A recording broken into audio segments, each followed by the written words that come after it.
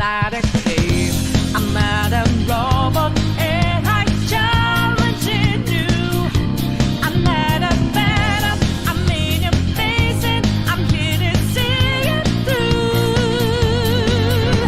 Right before your eyes, what just multiply? Got the samurai, it's time. As the power grows, try to stop us shows. Light just will go dry. Stop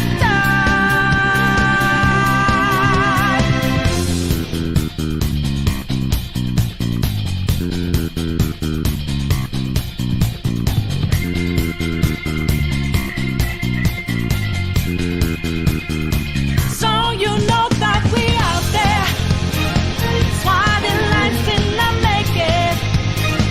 Can't move fast, we not breaking. Can't hold on our life for change. And our voices ring out, yeah. Took the mask off to be free. Fought it out in the debris. Now we know that love will change.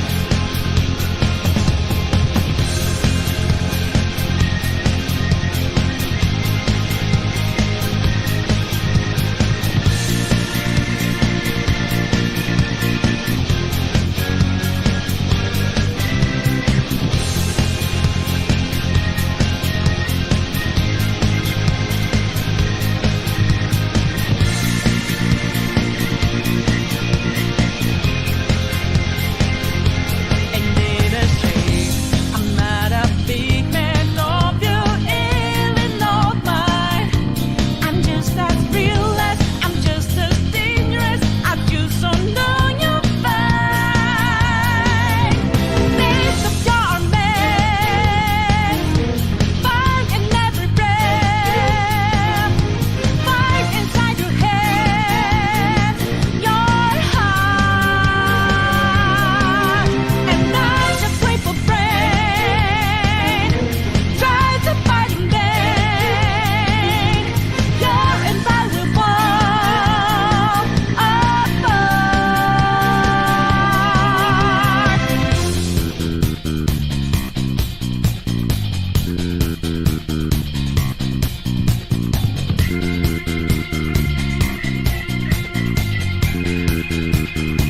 And you know we were out there, swatting lines in the making. Going hard for the taking. Can't hold on our life for change. And our voices ring out, yeah. Took the mask off to be free. Fought it out in the debris. Now we know that love will change.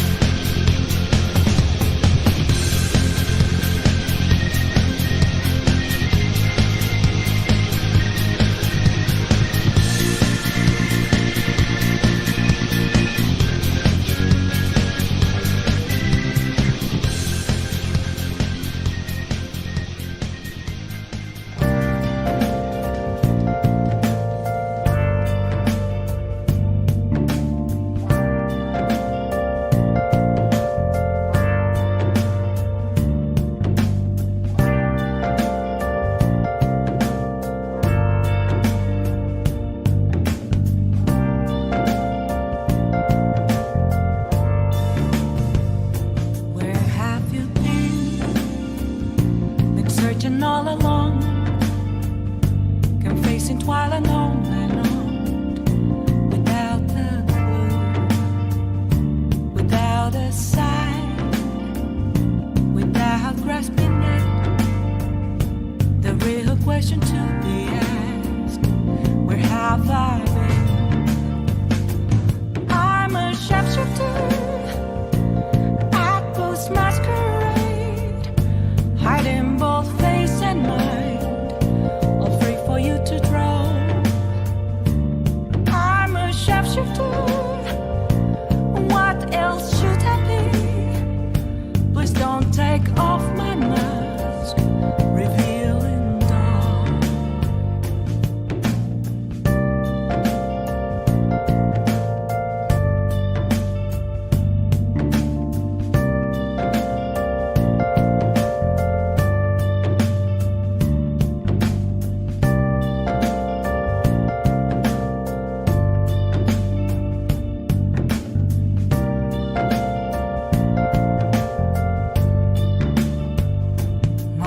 streets of gold, nothing left to be found.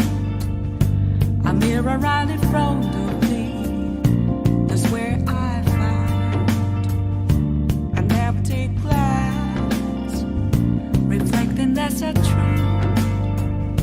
It's telling words not to be told. I need that mask. I'm a sharpshooter at this masquerade, heart in both face and mind, all free for you to draw. I'm a sharpshooter, chained down to my core. Please don't take off my mask, my place to hide.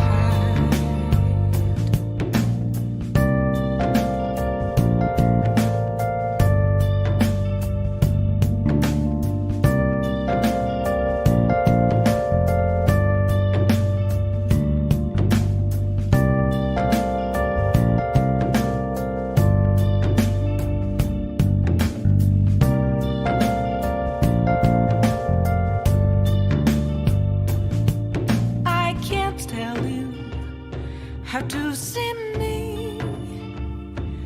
Just a cage of bones. There's nothing inside. Will it unleash me, burning down the walls? Is there a way for me to break?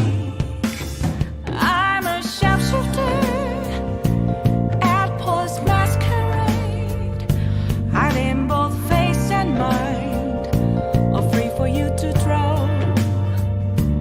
I'm a sharpshooter, have no face to show. Please don't take off my mask, my disguise.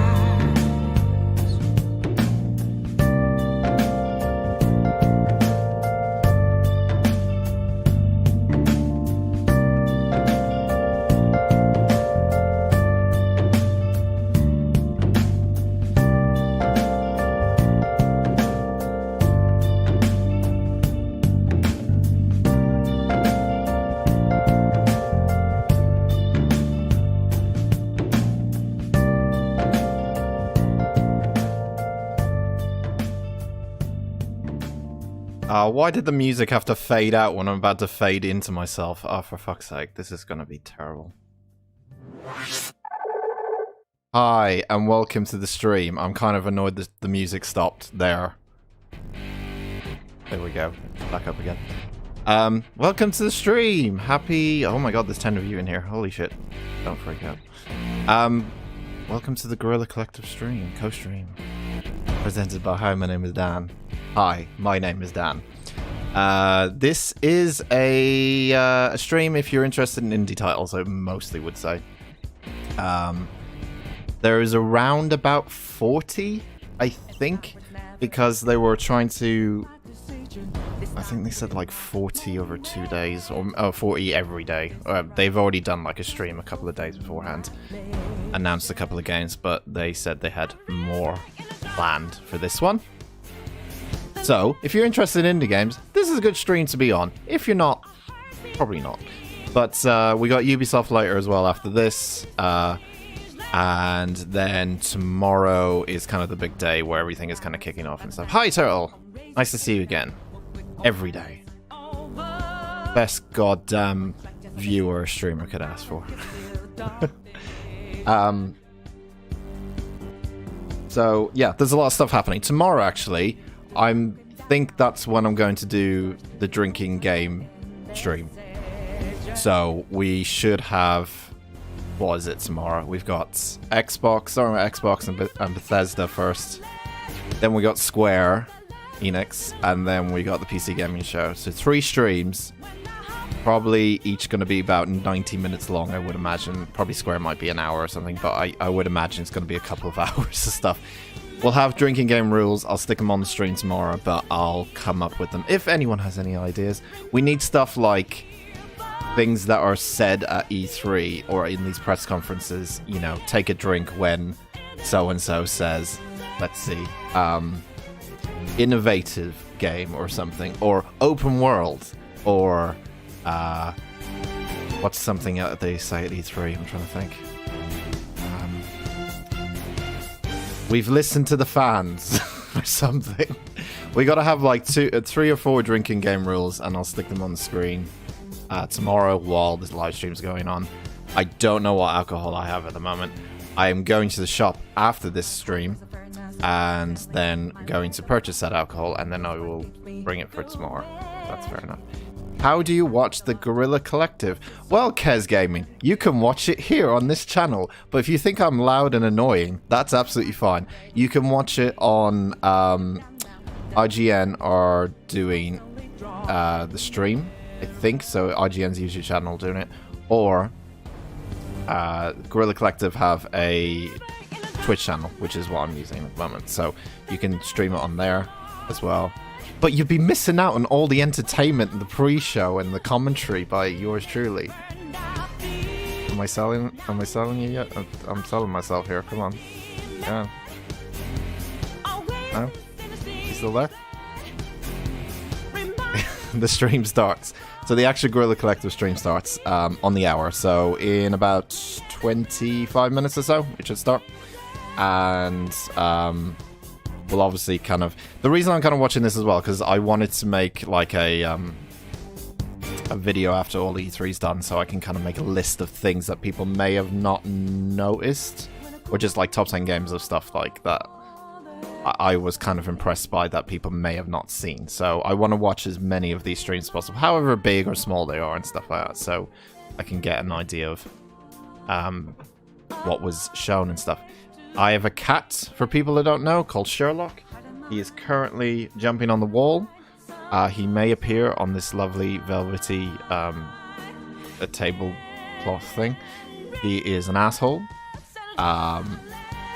He doesn't like it when I stream. He starts to jump on the walls.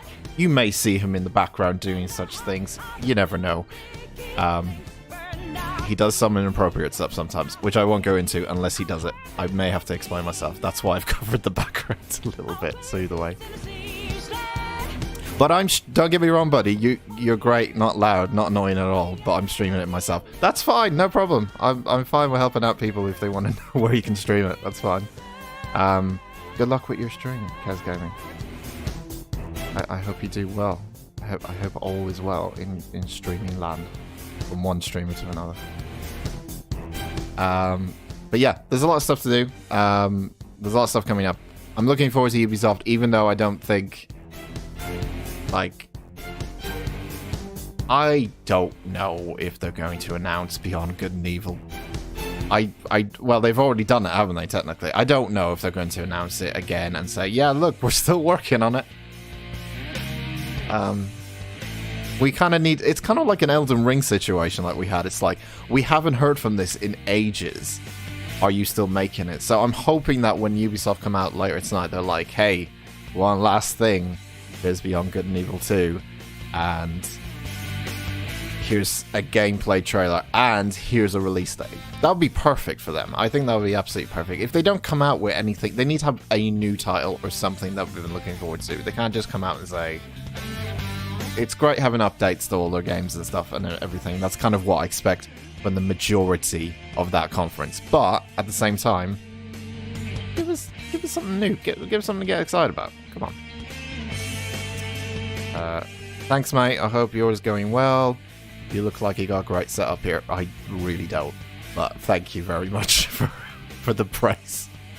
Trust me, the streams leading up to this stream have been experimentation. I've only really been doing the streaming since like a week ago or maybe 2 weeks ago, so it is kind of new for me as well. So that's nice that you've said that. Thank you very much. Hopefully I'm doing an alright job, I guess. So yeah, Guerrilla Collective will start on the hour. It should be around about, I think, an hour to an hour and a half. I said around 40 games, I think, is what they've kind of said, but then again, that could have been spread over 2 days or something, but we'll see. There'll be games, don't worry. If it looks like I just woke up, it is because I have. I'm in the UK. It is 3:30 at the moment. I'm I'm gonna have a weird sleeping schedule for the next 2 days or so because I got up this late because streaming, obviously, and then I recently got into UFC recently during the pandemic, so I'm watching UFC tonight, which ends at about 5 a.m. It starts around midnight and ends about 5 a.m. So I'm watching that, and then tomorrow, like 12 hours later, it's the Xbox stuff. So I don't know where I'm gonna fit. I guess I'm gonna fit in the sleeping during the day on Sunday and stuff, and then I have to get drunk probably tomorrow during a drinking game stream. And that ends probably at midnight, and then it goes into Monday, and then yeah, I've really fucked this up, haven't I? This could be a fucking disaster of an E3 stream. Who knows? Who knows? Is there anything anyone's looking forward to in this? I know usually with these I make predictions beforehand, but like with this, you can't really make predictions. I just want something, a couple of interesting games and stuff. I heard some people on like the internet were saying Stardew Valley 2 confirmed. I didn't think that was a thing. I don't know if that is a thing. Is that a thing? Stardew Valley 2? I heard on the Twitters what the young people use. I'm 30. Yeah, I heard Stardew Valley is a thing, apparently. Stardew Valley 2. I don't know if it's even going to be announced. I wouldn't expect it to be announced here. Maybe in, like... Actually, it might do. Okay, let's say Stardew Valley 2 is a thing. It won't be at Ubi's. It won't be at Square's. It could possibly be on Xbox's lineup, but I maybe that's probably the only one. That's the only one I can think. Or maybe in Nintendo, actually. Nintendo might have that. If it is a thing. I'm not saying Stardew Valley confirmed. It's happening, Stardew Valley 2. But I just heard that this is a rumor. That's the only kind of rumor I've heard in terms of like indie games that may happen. Because there's not a lot of rumors. I'll be honest. Usually with the big streams, with big kind of players, like, you know, stuff like, you know, the Ubisofts, the Xbox, Bethesda and all that. You get some leaks and rumors and stuff. Indie games, not so much. It's kind of fun to wrap. So we could expect anything. But there's probably going to be a lot of new stuff. So we're going to give it a chance. We're not just going to say, oh, I've played this same game before. Like, this looks like this game or this looks like that game. We're going to give it a chance. And present itself to us and see if we like them, right? Right? Right, chat? Okay, cool. So, yeah, there's I can't really make predictions in this one, but I hope everyone has a good time. That's my prediction. I hope everyone has a good time. All I'm doing with this one is kind of making a wish list of stuff. So, things I will want to look into later, maybe like games I would like to buy later, and yeah, things I probably want to look into at a later date and see if anything kind of interests me and stuff like that. So that's what I'm kind of using this stream for, really. So who knows? Who knows? But E3's been alright so far, I think it's been alright.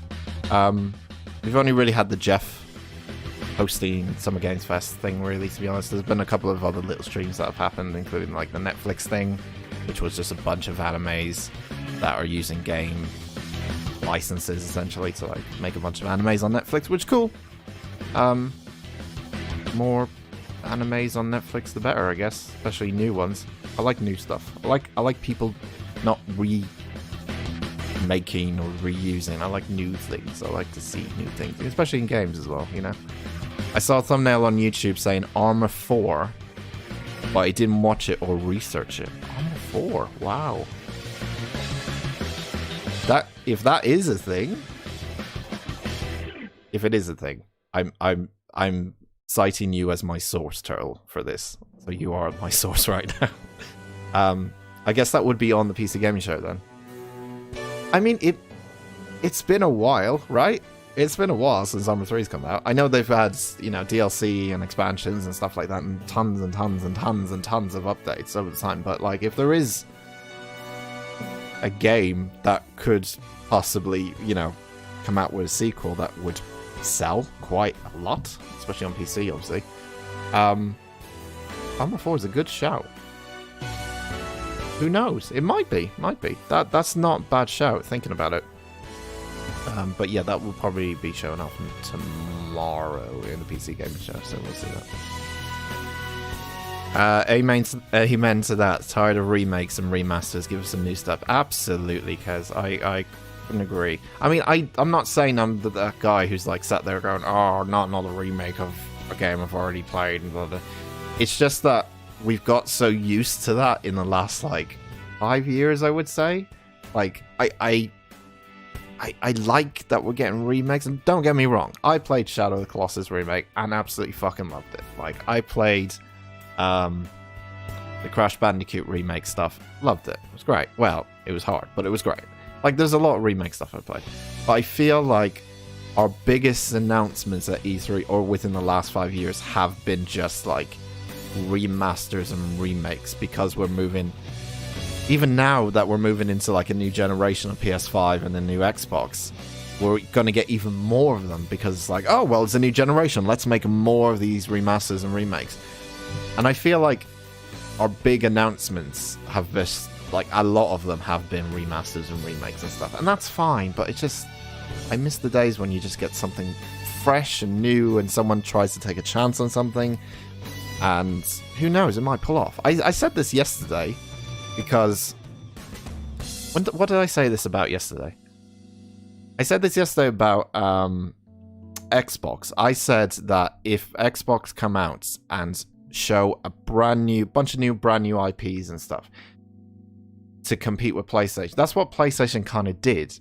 That's why PlayStation became like the top dog, is because they were like, let's make a Horizon Zero Dawn. Let's make I know God of War is kind of like a reimagining of an existing kind of IP and stuff, but it was still super, super different from the original game. Like, let's do that. Let's make stuff. I mean, Days Gone. Like, Days Gone is not a great game. Like, don't get me wrong. But I liked elements of it. I liked things they did in it. And I just think Xbox don't have that. They kind of stuck to their Forzas. They kind of stuck to their Halos, and they're stuck to their Gears of Wars and stuff like that. I just want them to kind of go, right, here's a bunch of brand new things that you've never seen before. And them acquiring Bethesda is a good move, because it allows them to do that even more so. I know Bethesda have, like, they obviously have their back catalog, which is fucking huge for Xbox, obviously. If they decide that everything's going to be exclusive. By the way, Elder Scrolls 6, that might be exclusive to Xbox. I said this yesterday or the day before. Could be. We don't know. We never know. It could be. Like, I don't know. I really don't know if they're going to do that. If they are, I think they could do like a timed exclusive for a year on Xbox, which is a thing that could happen. So who knows? Hello, Penny. Nice to see you again. Don't panic, Dan. Casual gamer extraordinaire is here. Thank you so much. I couldn't get through a stream without you here. Need your insights and sources, of course. Penny, what indie game are you looking forward to this in this stream? What's your predictions for the Ubisoft conference later on? Oh, okay. We have screens. The stream is about to begin. Oh, we got about 14 minutes. Okay, let me switch it over. But yeah, I'm the one thing I'm kind of looking forward to tomorrow is the Xbox thing. I think Xbox and really knock it out of the park. And then there's still fucking Nintendo with like possibly a new console. It's really like people have been saying. I think it was a couple of days on the other stream as well. I forgot who it was. Was it Johnny, regular viewer Johnny? He said to me that I'm not fussed about E3 this year, and I would agree with him, going on like how under the radar everything has been a little bit, you know. It's been a little bit under the radar E3, but I honestly think this could be a sleeper E3. I honestly think this could have like huge announcements, and it kind of has to kind of start with Xbox a little bit. I know we had Elden Ring, which is obviously huge news, but I think Xbox will really kind of steal the show. Even if Nintendo has a new console, I think Xbox might just steal the show tomorrow. Who knows?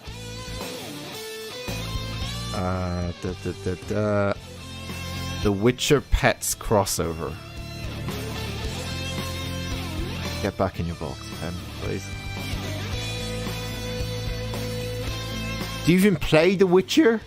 Are you a true gamer? Do you even know The Witcher? By the way, I stayed and watched that Netflix live stream thing, the Geek Week thing that Netflix did for E3, which was good because they had a bunch of animes and trailers and stuff they were showing up. But the main thing I was waiting for was, because I'm a big fan of the Witcher live action series on Netflix. They showed a trailer. They kept hinting, "Oh yeah, we're going to show something. We're going to show something." They showed like 12 seconds of a teaser. Which is fine. I guess they're going to show something later, but literally end of the show. It's like, you've been all waiting for it. Here it comes. Here it comes. It's like 12 seconds long. I'm like, for fuck's sake. Like, no, but you talk about it enough. I mean, that's true. It is a gaming channel after all, Pen. Like, we talk about true games, like Pets. Big game. Imagine this scenario. So Pets, if people don't know this whole backstory of Pets, there's a video on the channel that explains it a little bit in more detail. It's called Dan Makes a Bet with his audience or something. Or Dan Makes a Bet with his viewers. Right. So, the short story is, Penny, in the chat, we have a podcast together called The Unusual Suspect. You should check it out. We talk about films and movies. It's a funny podcast. Get it on Spotify, Apple Podcasts, and your podcast catcher of choosing. There we go. I've done the promotion, Pen. Thanks. So she likes this game called Pets. Now, Pets was an old game made by Ubisoft. And it's kind of like, you know, the cats and dogs games on the Nintendo DS and stuff like that? It's basically the first version of that, where you have a dog, you have a cat, and you, like, take care of said dog and cat. So, Penny, being the hardcore gamer she is, that's kind of one of many games she can remember being great games as a youngin'. And I have made a bet that if I get to 1,000 subscribers on this channel, I will review the last entry in the Cats and Dogs series, which was Cats and Dogs 5, I think. Maybe it was like early 2000s kind of era. I'm going to review that game, play it, probably live stream it as well. And, but only if I get to 1,000. Which I'm about like 700 away, so we're not there yet. By the end of the year as well, so we'll see how that goes. I've never played or read The Witcher, but I do like the Netflix show. Looking forward to season 2. Season 2 is really... It's set... Like, I understand some people didn't like the first season because it was very time warpy, without spoiling it for people who haven't seen it. It was very, like, switching between timelines, and people got confused with what timeline it was on, and people were bumping into each other on different timelines, and it was a bit messy. I'll be honest, it was a bit messy, and I felt like it was a little bit messy with that. But... I think they've learned from that. They even said they're not going to do that anymore. It's just like one current timeline.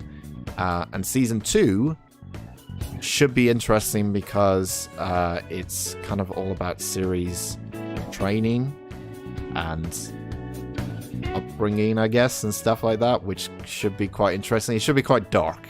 That's all I'll say. But yeah, I'm really looking forward to season 2. I think season 1 did a lot of things really, really good. The fight scenes were fantastic. It was a bit wooden in places. Some of the episodes weren't as good as, you know, other ones, but you get that with a TV show. But I felt it like very enjoyable most of the time. It was just more confusing at times, like trying to understand certain things. But once you kind of get it, or you know, maybe even rewatch it or something, then I think when you rewatch it, you kind of get it a bit more because the confusing timelines and stuff, you know they're coming and stuff, so you have a second chance to kind of view it and stuff. But yeah, I'm kind of looking forward to it. I'm so sorry to do this to you every time. That's all right, Pen. That's all right. And the Unusual Suspects podcast channel, yeah, on YouTube. You can find the unusual. Thank you, Cyril. Main hype man. Thank you, Cyril. God, yeah, welcome to the stream. Just promotion for other shit I do. Right, we've got about 8 minutes left. There's also like a wholesome direct that's happening after this. The wholesome directs, for people who want to know if they want to watch it. Who the fuck is calling me?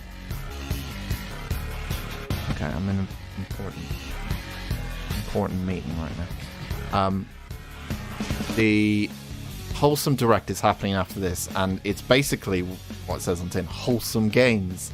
I was going to stream it, but I literally have very little time between this stream and the Ubisoft one, because I have to go outside. Remember when that was the thing? Go outside and basically get me food to survive for night. So I need to go and come back and then do the Ubisoft live stream and stuff and all that kind of stuff. So yeah.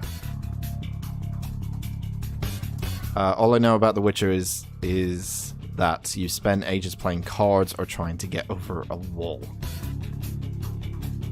Yeah. I mean, you're not far off.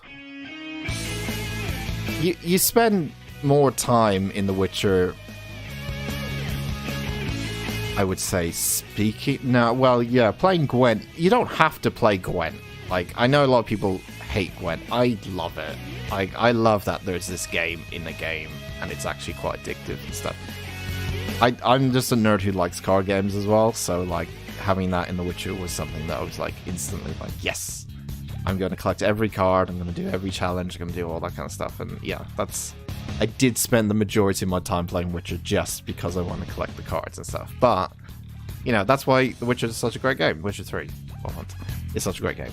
Because it's got a lot of things you can do. Like, it's weird when you play a game and it's like, I'm going to take a break from playing this game by playing a game inside of the game. That's when you know you got a hit. It's like, I don't want to do, like, the fighting stuff in The Witcher. I'm going to take a break. But instead of turning the game off, you just play Gwent. So it keeps you on the game. That's good game design.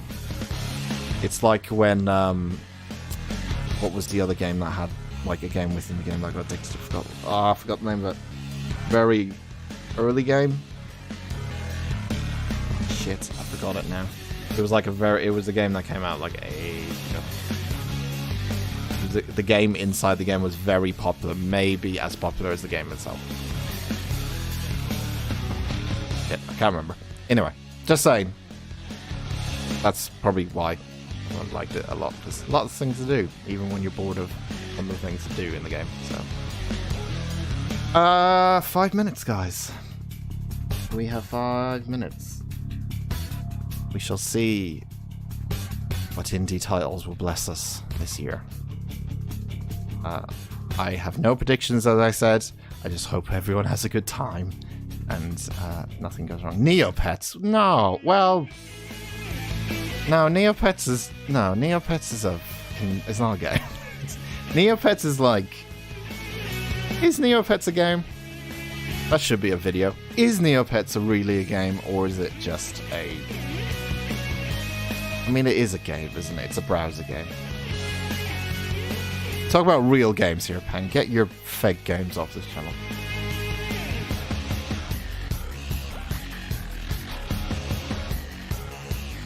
Oh, man. Okay. Make sure I've got everything ready before we switch to the actual stream audio. But yeah, I think this is around about an hour to an hour and a half. I will shut up if there's things being shown most of the time, but if it's not really that interesting, I'll talk over it, obviously. But I'm trying not to talk over everything because I know some people actually want to watch trailers of some of these things. So yeah, it's got gambling in the game. It does, but that's not necessarily a video. Would you consider gambling a video game, right? Is gambling a video game? Let us know in the comments below. I guess you can. It's technically a game. Neopets seems to be like the very early, like, free-to-play kind of game. Like, even before free-to-play was a thing. Neopets seems to be that kind of, like, Farmville area, you know? I wonder if Farmville's still going. I think I looked that up once, didn't I? I think it is. Yeah, I remember when... I love, like, phenomenas in games and stuff, like, in video games. Not necessarily saying that Farmville was a video game, so to speak, but like it was a game. But I love, like, you know, when Pokemon Go, everyone was fucking playing it. When Farmville was everyone playing it. Candy Crush is obviously still everyone's fucking playing that game. What was the other one? I mean, Pokemon, I guess, was a phenomenon, right? Yeah, Pokemon Blue and Red and all that kind of stuff. Like, that's... They happen every couple of years, but yeah, it's interesting when, like, the whole world is playing this one game. Fortnite, I guess, yeah, is one. Fall Guys for like a week, and then Among Us. Among Us is probably the most recent one, I think. Happens every now and then. Every now and again, the world plays video games. It's strange, isn't it? Not just nerds like ourselves. Your mum and dad are playing Among Us. Okay, so we got 2 minutes left. I will switch it over to this stream. And let's get this up. Ooh. Oh, nice. Okay.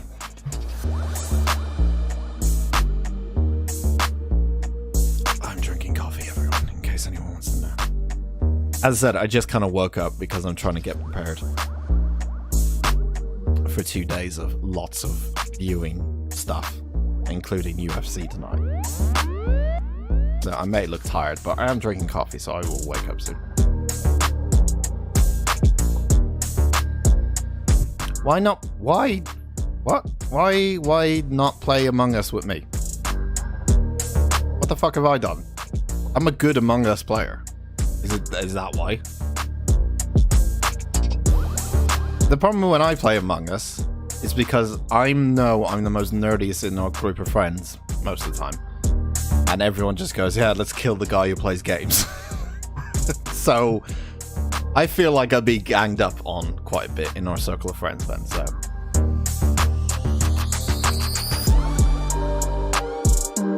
That's probably why. That's probably, I get annoyed because everyone just gangs up on me. Or just says, yeah, it's Dan, it's definitely Dan, it's always Dan. Especially you, Ben. So thanks. Anyway, I got 20 seconds left before we start.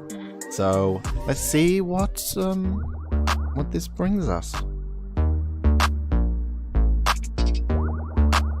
Exciting. Guerrilla Collective 2, by the way. This is the second part, essentially. What is poppin', everyone? Welcome to day What's poppin'? of the Guerrilla Collective 2. I'm so happy to be here. I'm your host, Justin Woodward, co-founder of The Mix, the Media Indie Exchange, an indie game team in Terabang Entertainment. I am with my co-host and beautiful friend, Alex Wilmer. Oh, you're beautiful, Justin. What's happening? I'm thrilled. Lot of awkward laughing there. So many great games on day one. I'm very excited to see what we have. You always love it when you got some hosts that So are much good stuff. just a slightly Last week, bit awkward. we flexed on you with some dope games from Neon Doctrine. Save some cuties. Got my coffee, got my bag of weed. E3, let's go. The Netherlands watching. Hey! Game from Bit Summit. Leslie, thank you from the Netherlands. Mix, pun intended. Enjoy your weed and coffee. Voices in gaming. The Guerrilla Collective. I've been to the Netherlands. Tried your weed and coffee. It's pretty good. Funded and supported I couldn't find my way back home from the hotel, though. To the hotel, sorry. So, that was fun. Of leading game studios, publishers, and industry leaders. I went to coming together Amsterdam, to help obviously, bring new announcements, gameplay, and reveals from studios of all sizes direct to game enthusiasts, all of you guys worldwide. We will continue the movement today, starting with a few announcements, exclusives, and premieres. Ooh. And connect with our friends at Wholesome World Direct, premieres, the latest guys. and greatest cozy games that will give you the warm and fuzzies all over your body. Before we get started, though, Okay. we have to give a huge shout out to our sponsors, and this is quite a mouthful. Shout outs to Good Shepherd. Is this Humble live? Games, Tiny Are these Build, guys live or is this PlayStation, pre-recorded? Xbox, I guess it's Kickstarter, pre-recorded, right? Razer, Astro Gaming, our fellow devs and publishers, Two Awesome Studio, Akupara Games. I kind of the thing I kind of miss about E3 is it being live and the kind of live awkwardness, and they can't have that with most of these streams that they're doing because they're kind of like pre-recorded anyway. So. And we've also teamed up with Valve to showcase the games. I do miss that little Steam. awkwardness you sometimes In get. order Remember EA? Be sure to check EA? Remember the caffeine guy? event page on Oh, Steam. good times. You can learn more about God, these we gotta watch one day, like do a stream of watching like the worst moments from games to your E3. wish Like, lists for games that are not there's some yet absolutely released. So, outstanding moments. check out Steam event page, which is on the. I do miss old E3. I really, really miss it so much. I just miss the awkwardness of it every single year. I barely made it. Good. Trying to get the audience to clap for something and they don't clap. It's just, I hope next year will come back. Hopefully.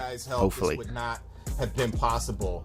But enough lip smacking. Raid Garbage Let's Legends. get started with a few brand new exclusive indie Uh, titles and an update from a game that we're all looking forward to checking out. Raid Garbage I know you Legends. can't I don't know wait. what that is.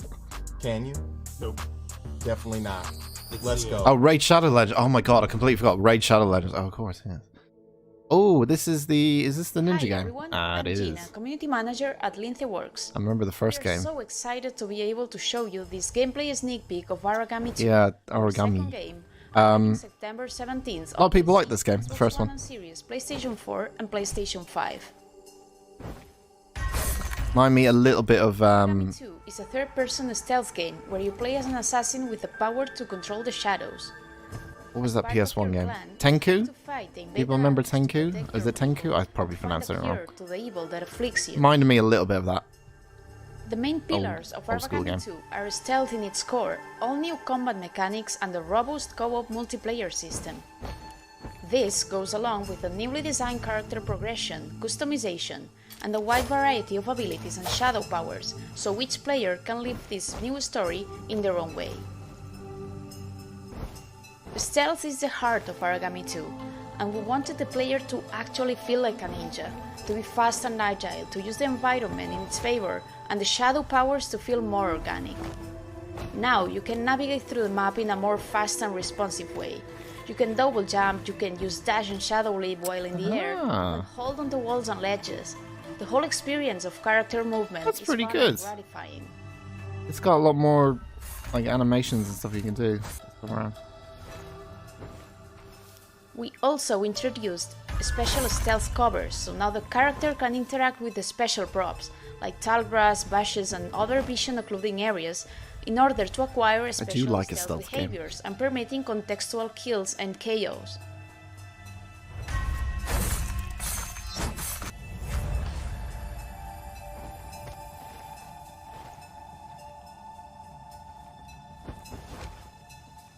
As for the shadow powers, we maintained some of the original ones and added a bunch more, as well as abilities and items.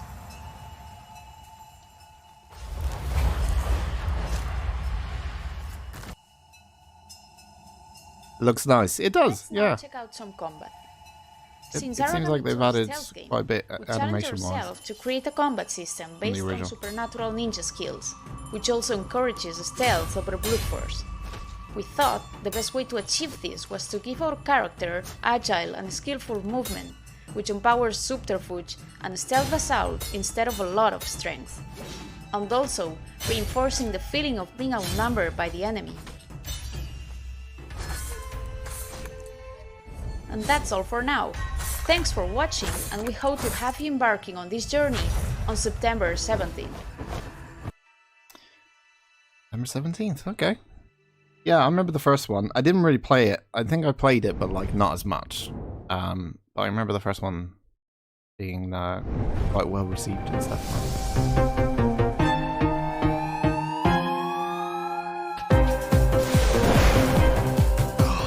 This firefighter crew. I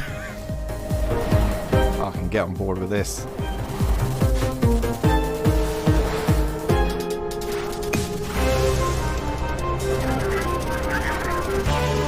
I think I like this.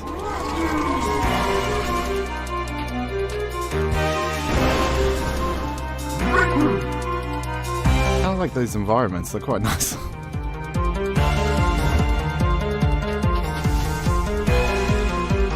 Upgrade?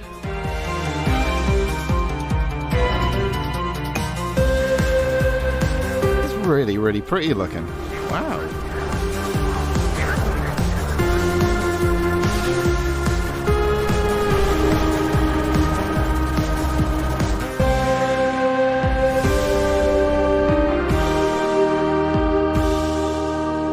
We got Fire Girl. Okay, I think that's going on the list, guys. I like the look of that. That's going on the list, the wish list. More 16 to 32-bit looking games, please. Yeah, you'll get a lot of them in this, trust me. There's gotta be a lot of indie.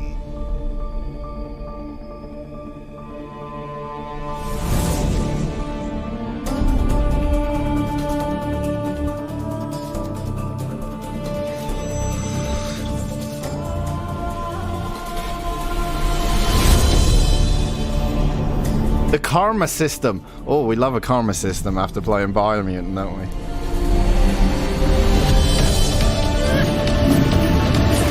God, I never, ever, ever, ever want to play Biomutant again. I'm sorry. Jesus Christ, that game.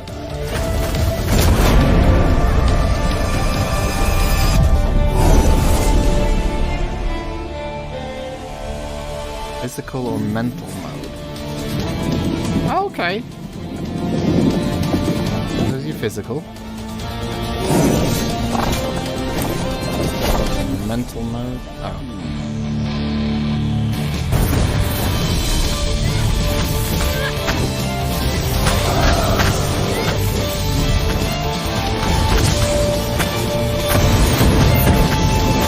This looks pretty interesting, I think.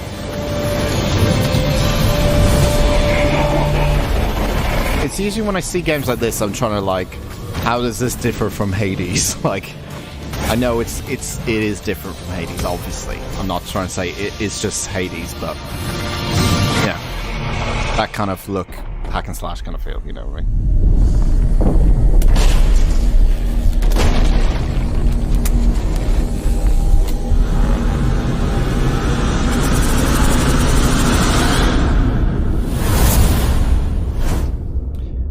Batoria, Lost Haven. Okay. That looks alright, yeah. Not going on the wish list, yes. I'm saving my wish list for games that, like, so I'm making a list of things I'm like, I need to look at that game later after this. And maybe talk about it and keep my eye on it. So I've only got the firefighting game as the first one on there. What is this?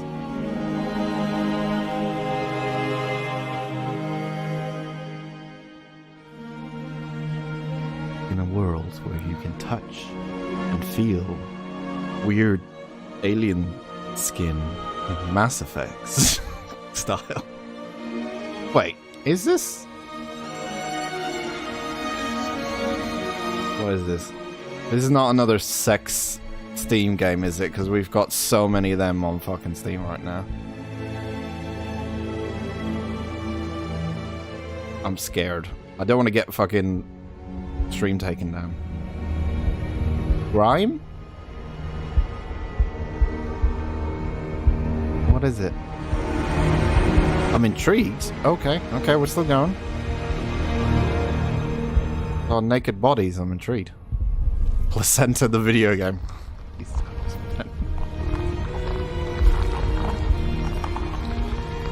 Confirmed, Dan sees naked bodies, he's intrigued. Get me fucking taken off YouTube. This is weird. Okay, I'm kind of into it. I like weird shit. Hello, Sherlock. Don't step on my keyboard. Thank you. There we go.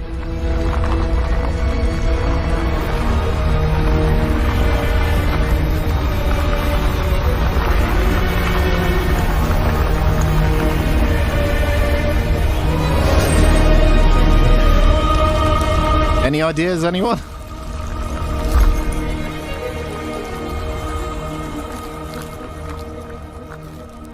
You play as a planet with a head. Who's making this? I don't know if that intrigues me enough to kind of put it on the list, but no. I've got to save my list for things I need to check out, you know. Ooh, fast-paced first-person shooter. You know I love them. Oh, bullets per minute, of course. Ah. Hello, my name's Josh Sullivan, and I'm a designer on BPM Bullets Per Minute. This is an interesting game concept. It's a roguelike rhythm first-person shooter game where all of your actions and the actions of your enemies are tied to the beat of our epic rock opera soundtrack. There you go. Everything you do in BPM is tied to the beat of the music. This includes shooting and reloading your weapon. Interesting, right? It's actually out on Steam. See how satisfying that sounds? It's been out for a while. Your goal is to reach the end of our procedurally generated dungeons, collecting different weapons, abilities, and items each time you play. These weapons and abilities can radically alter the way you play, making each playthrough unique. As the enemies are also tied to the beat of the music, fighting them can become an epic rhythm battle, making you, the player, feel like you're taking part in the soundtrack itself through your actions. Clearing each room will reward you with loot. The better you handled clearing the room, the better the reward. Each floor has either an armory or a library, where you can buy cool new weapons. This game's already out, so I don't know game-changing abilities that make slaying why enemies to the beat it's here, even more but I guess it's like an update you can coming, also maybe? find shops to purchase useful items for your run. Unfortunately, you cannot pet the bird. Oh. Maybe next time, though. Oh, fuck this. Each floor has its own boss and attacks in a unique way that you must learn to exploit if you want to succeed. I like the idea of this, though. I know Necromancer did the same thing. Not Necromancer, Necro Dancer did the same thing, or whatever it was called. But in a first person, quite interesting. Finishing off a boss is a dramatic musical crescendo that you, the player, are in full control of executing. BPM is out now on PC, but is coming to PlayStation 4 and Xbox One this summer. There we go. We can't wait to see you slay the hordes of Helheim to the beat. Yeah, it's definitely a game I want to review this year, so I will check it out at some point.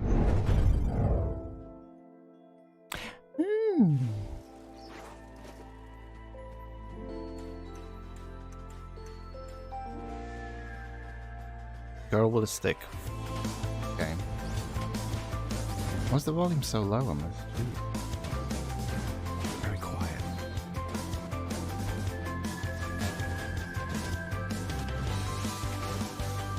I'll try not to shout.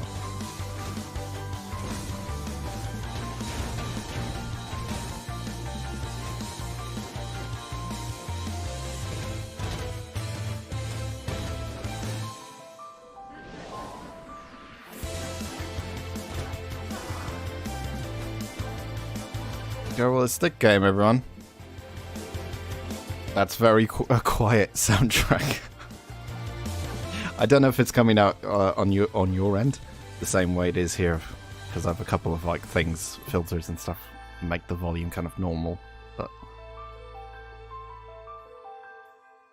Akatori. Okay. You gotta impress me. You gotta impress me. Put you on the wish list. It'll really impress me. I'm a hard sell.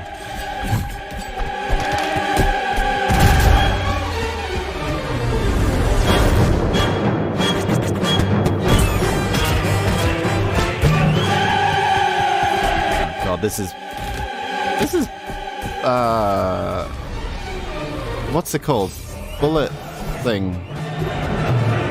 What's the gun game? Fuck, what was it called? I haven't played it in ages. What was that gun game called? The roguelike gun game. It reminds me of that.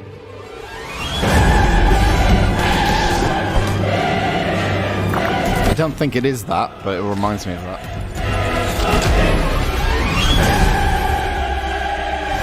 Arch fail. Hello, I'm Sal Davison. And I'm Hannah Lee, and we are Humble Grove.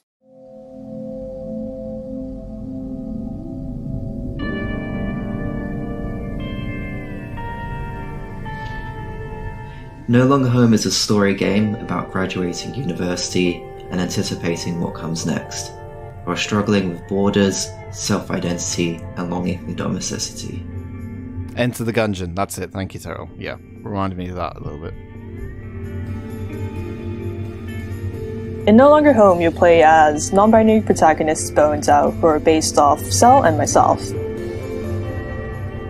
You'll explore an intimate flat filled with everyday objects, delve into Bo and Zhao's thoughts and insights, and mold your interpretation of the characters through branching, multiple-choice dialogue.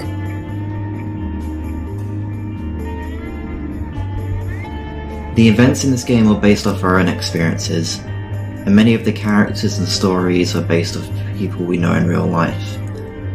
At the time, we were feeling disillusioned with education. Disoriented and not sure what to do next, Bo and Al try to figure out their place in the world. You know when you look at a game and you can feel the depression coming off of it? I don't mean that in a bad way. I don't mean that in a bad way. I mean, like, they've nailed that kind of, like, sad... What's that? Like, that sad feeling just by the music and Making kind of this the look of the project, game. I wanted to celebrate the magic. Compliment. It's a compliment, honestly. Identity, like having barbecues, playing video games, and staying up late. Just It's that kind of minimalistic look, but it's also kind of just like... Hannah and I started work Kind of on look, No you know? Longer Home 6 years ago, after we graduated university. We met on the same course, and during the last year, we moved in together. After graduation, I unfortunately had to go back to Japan.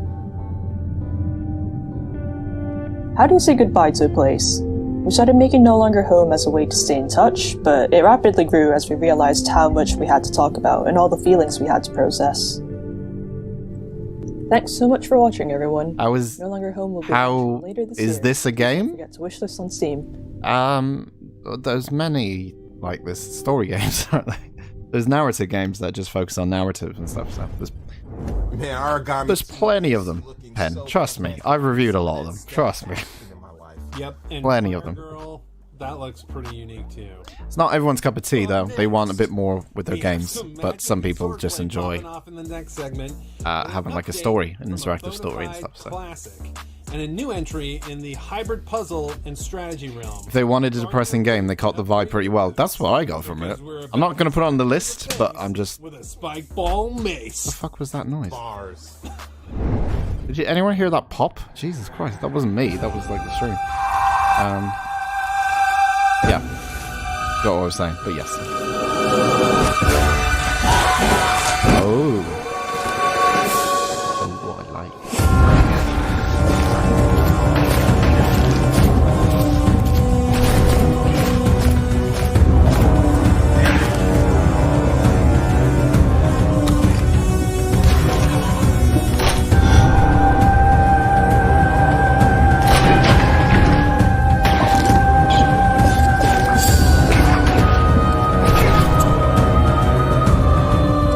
A haunted roguelike-y kind of game?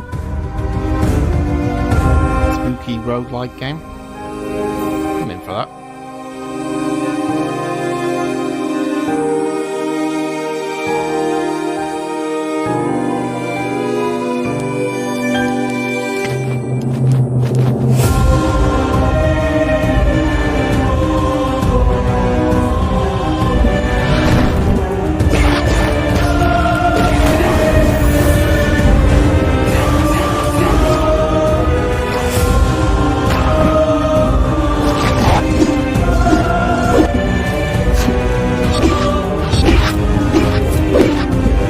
Yeah, I think it's spooky roguelike.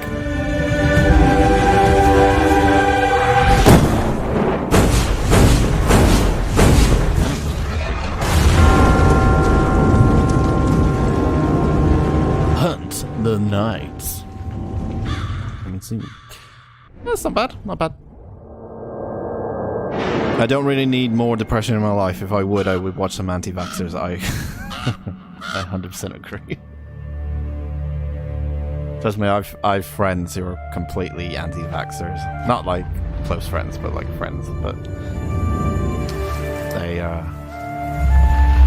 it's good hearing their thoughts online every day.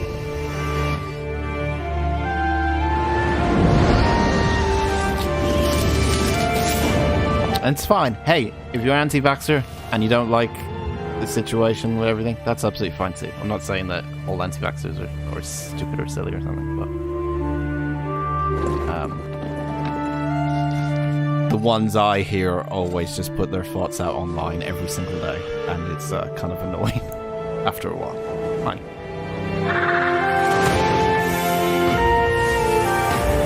What's this game? What do we got?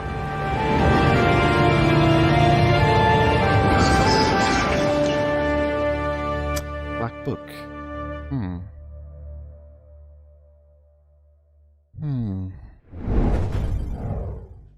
Your sister is... Oh. Hey! Everyone's... Oh, we got world premiere. Everyone's entitled to their own opinions, so that's fine. World premiere, guys. Take a drink, even though we're not doing that until tomorrow. A roguelike deck building game. Well, now I'm interested. I haven't played 15 million of them in the last year or so. With strategic puzzle elements. Oh! Okay. Now I'm definitely interested, because, oh my god, Match 3... I fucking love Match 3 games. I have a weird obsession to them. Music path, every playthrough is different. Oh, I like this take on it. This is different. Okay. This is cool. This is a different take on these kind of games, I guess. Demon's Mirror. That's going on the list. That's going on the list. When's that coming out? We don't know yet. Demon's Mirror. I mean, I need to see a bit more, but I like that idea. Kind of a different idea for a deck building game. I'm just a sucker for card games. That's pretty much it. Oh, D&D. Here we go. Greetings, friends. Senior game designer Slim Grant here to talk about the Bard. The Bard? Stylish and flamboyant, the Bard uses the magic of music to defeat their enemies and cure their allies. This twisting of song and magic created a versatile gameplay opportunity we felt was compelling enough to make this our next class. This is the D&D game. This is not a game called the Bard. There's a D&D game coming out, and they're showing the Bard class, basically. Bard never shies away from they showed this on Jeff's show, I think, on Thursday. No matter what is needed, a Bard is always ready to take center stage and perform. And yeah, you can play as the Bard. With their enemies defeated and their allies safe, the Bard becomes a source of entertaining ballads and jingles that recount their tales of triumph. With that, we have reached the last crescendo. But fret not, for we are not at the finale just yet. There is more to this ballad that will be revealed over the next few months, so please, stay tuned. Okay. Neverwinter is what it's called. Hey everyone, I'm Miro, a developer from Stripe. Hey Miro! A small Slovakian-based company that is nice t-shirt. Yes, super hot VR. Which is about shifting dungeons around coming to Xbox and PC. And I would like to show you a new gameplay video which shows you the controls of the game. Toss a coin to your Witcher. Yeah. Used in the game. Shows you some it's the only song you can play. And perhaps a new thing or two that you didn't see in the trailer. I think everyone's volume on this stream needs to get normalized a little bit because everyone's volume seems to be very different. Let's start. I'll show you some controls. I can't hear this guy at all. The left stick responding to your pressure, and you can also dash and dodge on controller with the A button. I can't hear this guy at all. I can't turn it up any louder as well. That's your standard attack. It now changed. Yeah, someone not... Guerrilla Collective need to adjust their volumes because this is... It's a bit all over the place, I gotta be honest. But you can also do a heavy attack, or what you could do is charge your heavy attack for special damage. Okay, so it's a... Okay. And there are many different weapons in Loot River, and I like this view is kind of interesting. I wonder if his hand is not meant to be there and it's just... Let's go to oh no, okay, I get it now, I get it. The Sunken Village. It's the first area where you already need to navigate these platforms that we saw before, and you do it by standing on the platform. I can't hear what he's saying. It's too low. So you can move objects with the right stick that you're standing on, from the sounds of it. you want. The looks of it. Or what we could do instead is just like charge. Ah, okay. and So it's kind of like a puzzle-y element to it as well. That's usually not the Environmental puzzle kind of element. unless you have a large weapon. Ah, okay, okay. It's Tetris, of course it is. Or we could skip Okay, it that's... and go for the big guy here instead. It's very dangerous. Is it only floors you move? Is that it? Attack and select Is it just floors then? right for special That's quite different though. That's quite tactical. You can literally rearrange the map then, essentially. but they are handcrafted at the same time. What we do is I like this style. I like this art style possible a lot. connections and Like then the enemies and sprites. I like that kind of art style. them and look for logical relations in between them. So even from small pool of objects, we're already getting some interesting variation. Yeah, it seems like you can be like manipulate the levels. Combat on the platform. Oh, it is literally just moving the things that you're standing on Gaining your ability back and forth. Yeah, so that you might wield long range charge up, take time to hit someone. Okay, I see. cause Okay, devastating damage. However, most of them have a weakness. it's an interesting concept, I think. Every enemies burn really well. I'm not sure.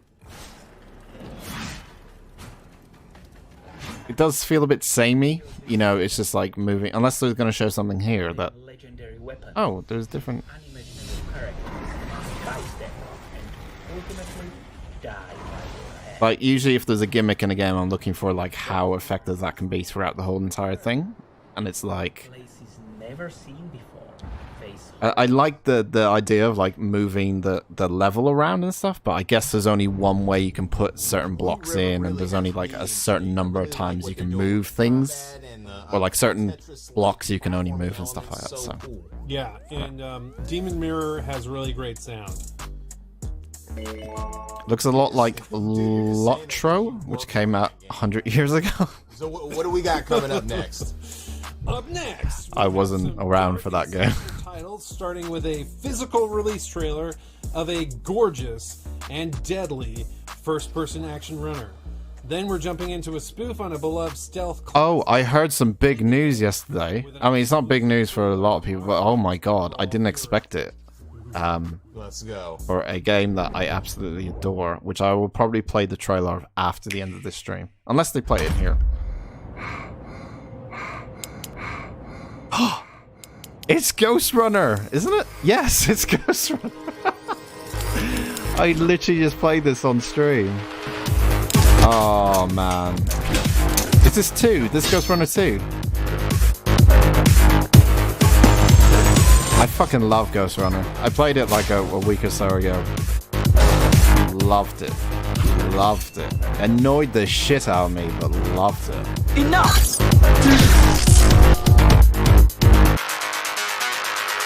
Get in. That's a good one. That's going on the list. Ghost Runner 2, obviously, yeah. If this is Ghost Runner 2.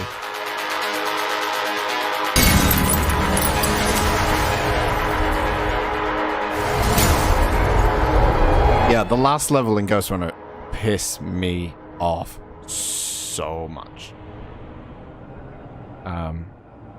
Oh, it's just a physical. Okay, so it's a physical release for the Switch. But I know they're making Ghost Runner 2, so Ontaio deve haver. maybe. But that's cool. It's coming to the Switch. That's right. Grautaria brigi, e res infiniti. You still having nightmares about Tom? Yes. That level nearly destroyed me as a human being.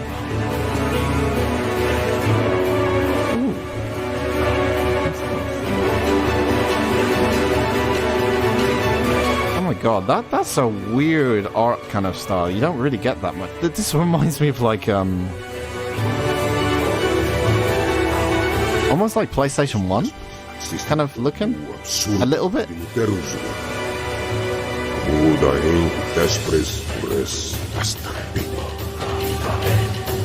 Really strange art style. I haven't seen that like in years. Like that kind of you know, it reminds me of a little bit. Like it's a very, very hard one to kind of pick, but Shinobi a little bit. But imagine Shinobi like modern, slightly up, obviously graphics and stuff, obviously, but modern graphics. O Zul Adi Oscaridue. The Light of the Darkness. Orgotesco. I like that weird. It's a weird art style. I kind of like it. In a way, so, yeah. Elk Veco Centunio Oxistinde. Oh no! An evil fog is corrupting every living creature! Oh no! There is one that is immune. Who is this mighty hero? A slime? How can an adorable little slime fight against this? This?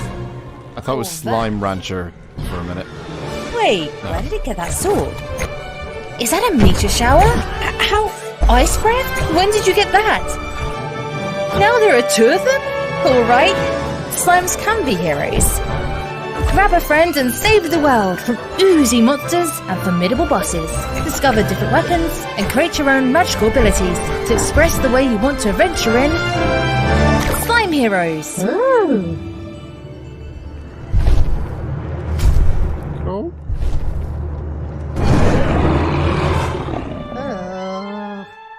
It's a cute game.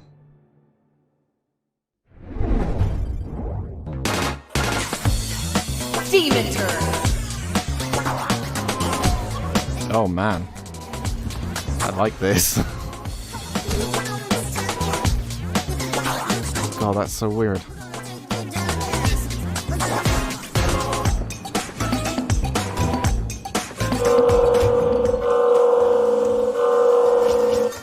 Yep. I'm so excited we could finally announce PS4 and PS5. There is a lot of platforms. Oh yeah, PS4, PS5, Xbox One, Xbox Series X. Did he just completely ignore what he just said? Basically, you'll be able to play Demon Turf anywhere. Yep. But what is Demon Turf exactly? Well, Lucy, take it away. Sure. So her goal is to take on the Demon King, who pretty much owns his place. Tall order, right? And apparently he's been challenging her for a while now. Her best friend Midgie is also part of this epic quest. But enough of I like that kind of like Check out some gameplay, yo! 3D but 2D sprite kind of look. You know, 3D background, 3D sprite. I kind of what was Octopath Traveler had that as well a little bit. I kind of like that little stuff. It can be a bit jarring for some people visually, like it kind of. For some people playing it, it makes them like, especially in fast-paced game like this, it might be off-putting some people. A lot of depth. Yeah, for sure. It's all about combined moves to feel badass. One of my But it is a platform tower climbs in different ways. You can skip so many parkouring parts. kind of game. Third person. Things really heat up though once you unlock the turf moves. Oh yeah, yanking enemies around, rolling down highways. Soaring through the skies. I like the way it looks though. I really like the way it looks. I tell you what, the it's a very different game, but Paradise Killer had that as well. Still blows my mind every time. And I really liked it in Paradise Killer. Beginner or It's a pro, very different game to this, obviously, pull but off some still. of these moves when Demon Turf releases sometime later this year.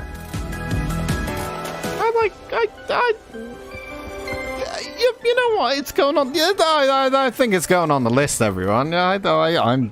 Some people may object to it. I'm putting another demon game on the list. There's Demon's Mirror, and Demon's Turf. Can we get the treble of demons? I think that's going on the list. I'm intrigued to follow that. See how that goes on. Ooh, this is Omari kind of feel to this. Yeah, this is Omari kind of feeling. If you haven't played Omari, play Omari. It will mess you up.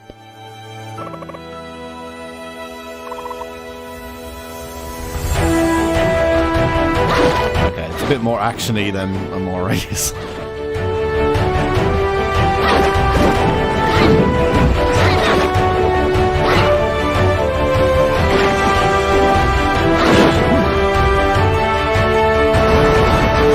Being a hero ain't easy.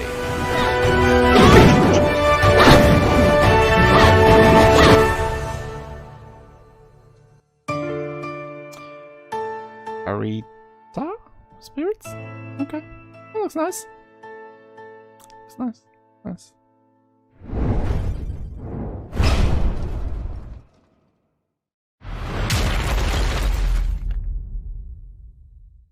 Is this the In 1972, a crack commando unit threw me in a prison for a crime I didn't commit. This is the parody game, yes. you didn't commit. Jesse Fox. And Unmetal is his game. He's the master of deception. Hey, a coin!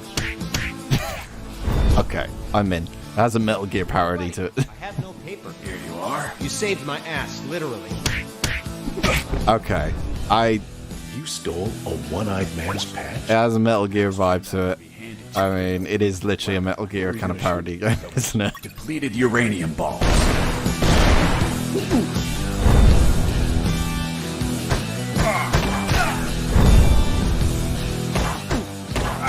Yeah, the old school Metal Gear games kind of parody.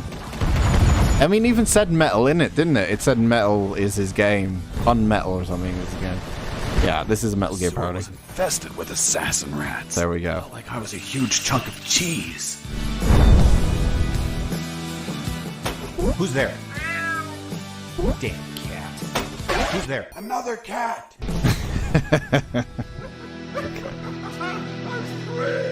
Look, landmine. Wait. It's kill or be. Unmetal. Play the demo now. I gotta put that on the list because my Metal Gear Solid fandom. I'll put it on the list. I'll put it on the list.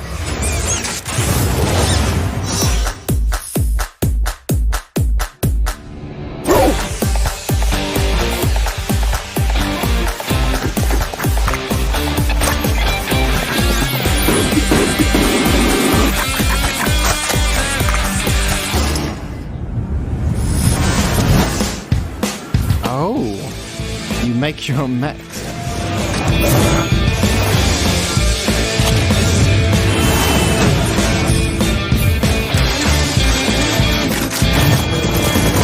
I love that animation. That's fucking fantastic.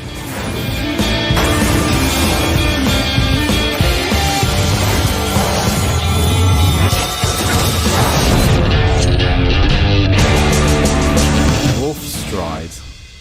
Ah, that's going on the list too. I kind of like the look of that. Wolf Stride. Oh, they're all coming out now. And I'm here to talk about some cool ways players have been playing the demo I released. So this I like the look of that. I love the animation in that. In the hallway, but players found a way to use the arm cannon to carve a hole to the left of the door, like you saw, which gets you into this hallway. I didn't know what this game was. I missed that. Sorry. A player did this cool thing where they throw their weapon Severed down steel. the hallway and then fight through the hallway. By the time we're at the end of the hallway, you're low on ammo or you're out of ammo, and you have a loaded weapon ready to go. When I first saw that, it blew my mind. I thought it was a super cool move. What? Players have been doing cool stuff with manipulating AI. So you saw I just got wrecked kicking down that door. But if I use the audio perception of the AI to kick a wall, lure them over, you can set up ambushes. That's really useful in the harder difficulty. Okay. In the hardest difficulty, one shot kills you. So that's been a really useful technique. There's one stunt in the game that I didn't actually include in the tutorial, and that's the ability to jump and kick off walls. And on my Discord, I wonder if crazy footage where in rooms like this with if a game called Shadows of Doubt shows up, kicking I might just celebrate a little bit because really stylish kills. I filmed a documentary on my other channel called Different Level called Making the Game. Stylish kills. And one of the guys on there, Cole, was making a game called Shadows of Doubt, and it actually premiered on E3 2 years ago, like during E3, like the trailer went on. Got a lot of eyes on it, obviously, but it's kind of cool when you and one last film or talk to someone who's just about making a game, like literally just in the very early processes, like, and they're not very like well known and stuff, or the game's not well known. To to see it kind of blossom over time as like trailers come out and stuff. Like I'm not the one who's making the game, obviously it's him, but like he's a really good guy, really good kind of honest developer to talk to. So I kind of hope his trailer might be shown here. The game is meant to come out within the next year, I think. Wink. But hopefully. We'll see. It'd be quite a surprise if it is exclusive. Oh, we got exclusive, guys. Oh, it's Sable. That's it. They've been showing this off quite a lot. Like a lot. I mean, for good reason. Look at it. Like seriously. Happens every day. Very, very, very unique art style. Very sharp. I don't know how I'd like to describe it.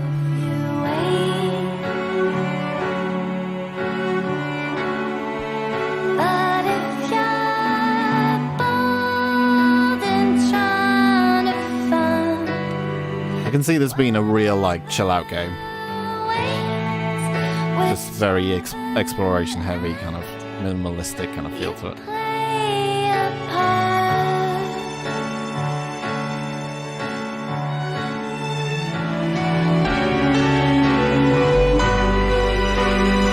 Can walk on, okay. Yeah, it's very, it reminds me,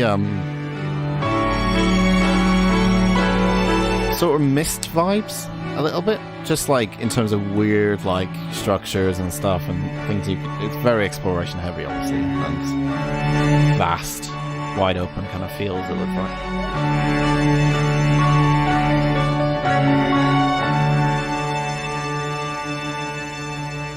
Yeah. Been shown off a lot, Sable. Or Sable. September 23rd. Definitely probably what I'm going to check out later. Thank you so much, Raw Fury, for that special exclusive footage. Up next, we have an exclusive reveal for one of the most bloodiest sprite-based action platformers I have ever seen. We will check in on a dark and beautiful pixel art RPG, help clean up a forensic nightmare, and then we are heading to an update from a mystical masterpiece from one of our Best of the Mix 2020 award winners. Grab your hazmat suit, Alex. Oh, why? Because we're about to go in and get grimy. Let's do it. World premiere.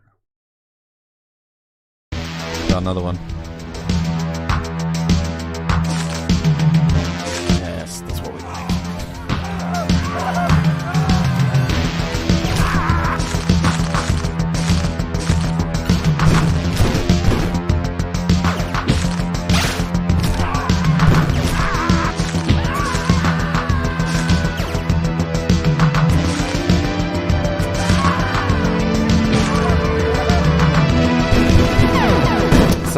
Sable reminded me of Mobius and the John DeFool cartoons. Never checked them out, man. Never seen them.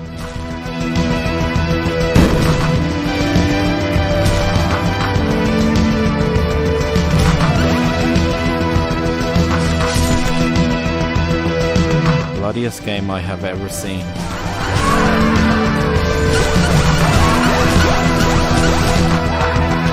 I mean, old school bloody, maybe, yeah. I've certainly seen bloodier.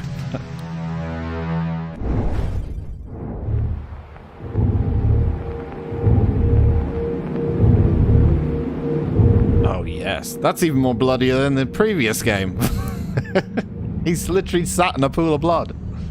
Oh yes, I like horror. Give me some horror pixelated, I love that shit. I actually get more scared of like games that have less focus on, like, you know, old PS1 looking kind of horror games. That they actually freak me out more than modern day ones. Slight obsession with them.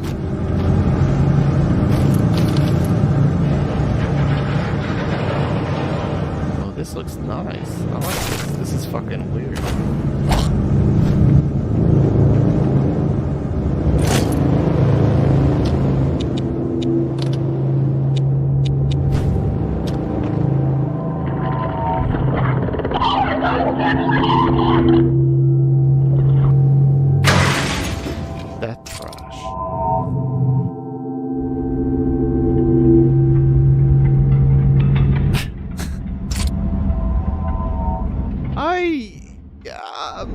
going on list? I'd like that. Look at that. A little bit. I need to know more about it, obviously, but... And I'm the head of company development at Broad Distance. We're established by... I will put that on the list. Our 12th birthday. Our goal right now is to become a fully realized AA studio. My name is Krzysztof Ziomba. I'm a writer and game designer. Are these the guys that made Serial Killer? Games with unique stories and visual styles, that looks nice. excellent soundtracks and captivating gameplay. We are known for our Vampire the Masquerade titles and Serial Cleaners. Ah, yeah. Our next game is its sequel, Serial Cleaners, a stealth action crime story set in 90s NYC.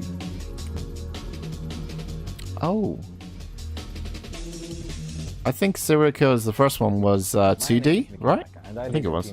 This one's in 3D. Developers currently working on 3 different projects. Serial Cleaners is our biggest one so far and is set to launch later this year. We've got a good But the volume needs to be adjusted on these streams, seriously. On these videos that they're playing, sorry. Dead Trust looks interesting to me. Weird sci-fi, gory, that's me. Yeah, I like the look of it. I need to see a bit more in terms of gameplay, but yeah, I like the look of it. The Serial Killers is where you have to go in and clean up after like a murder before the police kind of catch you. So it's literally like a murder has happened, you need to go in and clean up or take the police out. Well, I remember I haven't played the first one, but I knew about it. Or a murder just happened and you have to kind of get out of it in the scene. Yeah, he's cleaning up, see?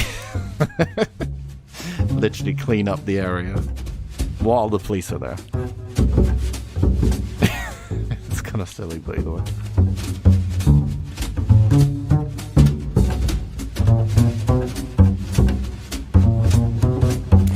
See you, Pan. Have a good day. Enjoy outside.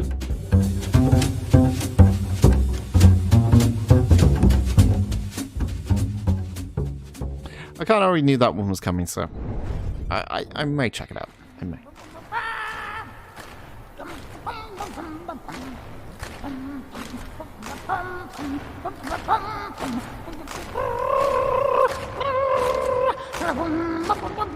White shadows.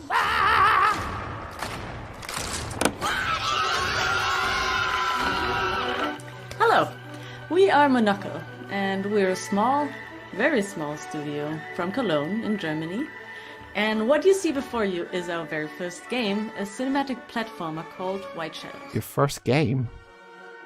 So, White Shadows is basically a modern Fable. It drops you off in this huge, weird, vertical world called the White City, even though it's really, really dark. And in this White City, there are the rats and the wolves, and they're in charge. This is really impressive for a first game, environment-wise. Holy shit. Or at least so they say, to blame for a deadly pandemic.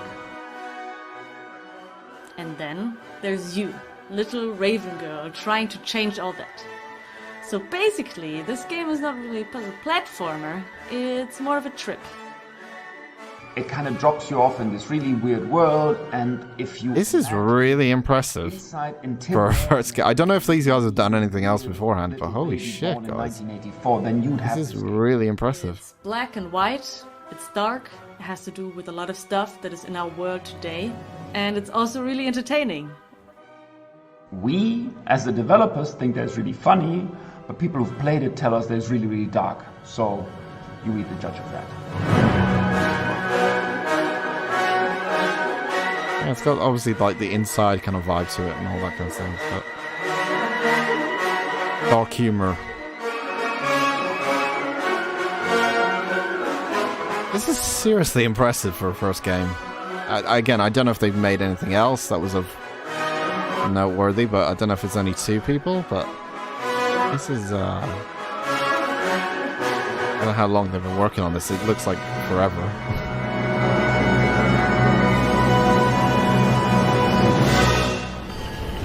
That's going on list. That's really impressed me. Just mainly based on like a first game. That's going on list, guys. माँ दुर्गा, मुझे आपकी जरूरत है।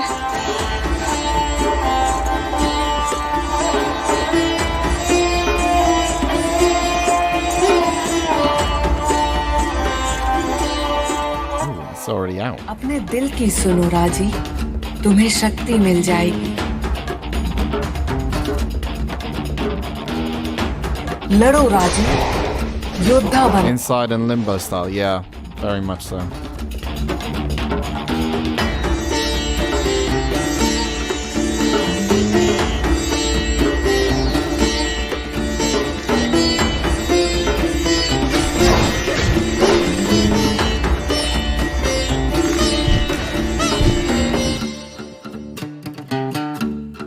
No, I think I did hear about this game. I think so. Yeah, shout out to Raji. Congrats on winning Best of the Mix 2020. Such an awesome studio out of India, you know. Also, Bats is looking mad slick, if I don't say so myself.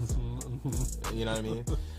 But yeah, before we move on to the next segment, we want to say thanks to our broadcast. That awkwardness is still there a little bit. Of course. I kind of missed it. Thank you guys for all your. But I want to see on the big stage. Yep.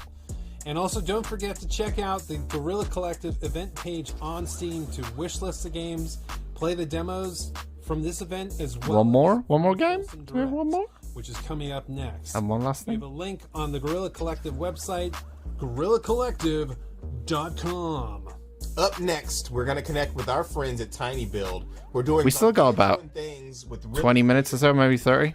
So Let's I creep think around there's the still corner and a lot say of stuff hello to get our through. neighbor devs working with Tiny Build to peep what they have cooking up. Word.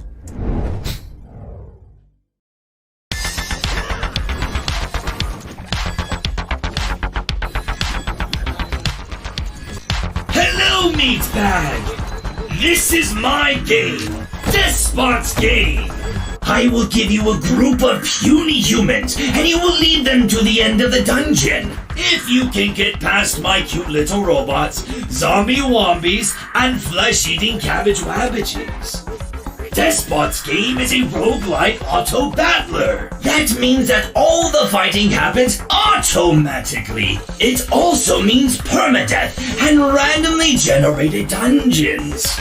In order to win, your humans will need weapons, or whatever you can find. What was the game that I played? Is it Dominia? Dominion's kind of similar to that as well. Create your own Dom army. Yeah, a bunch of gladiators, and you would train them up and all that kind of stuff. And genetically modified. Just don't get too attached to your little humans. They'll be dropping like flies. Let me tell you a little secret.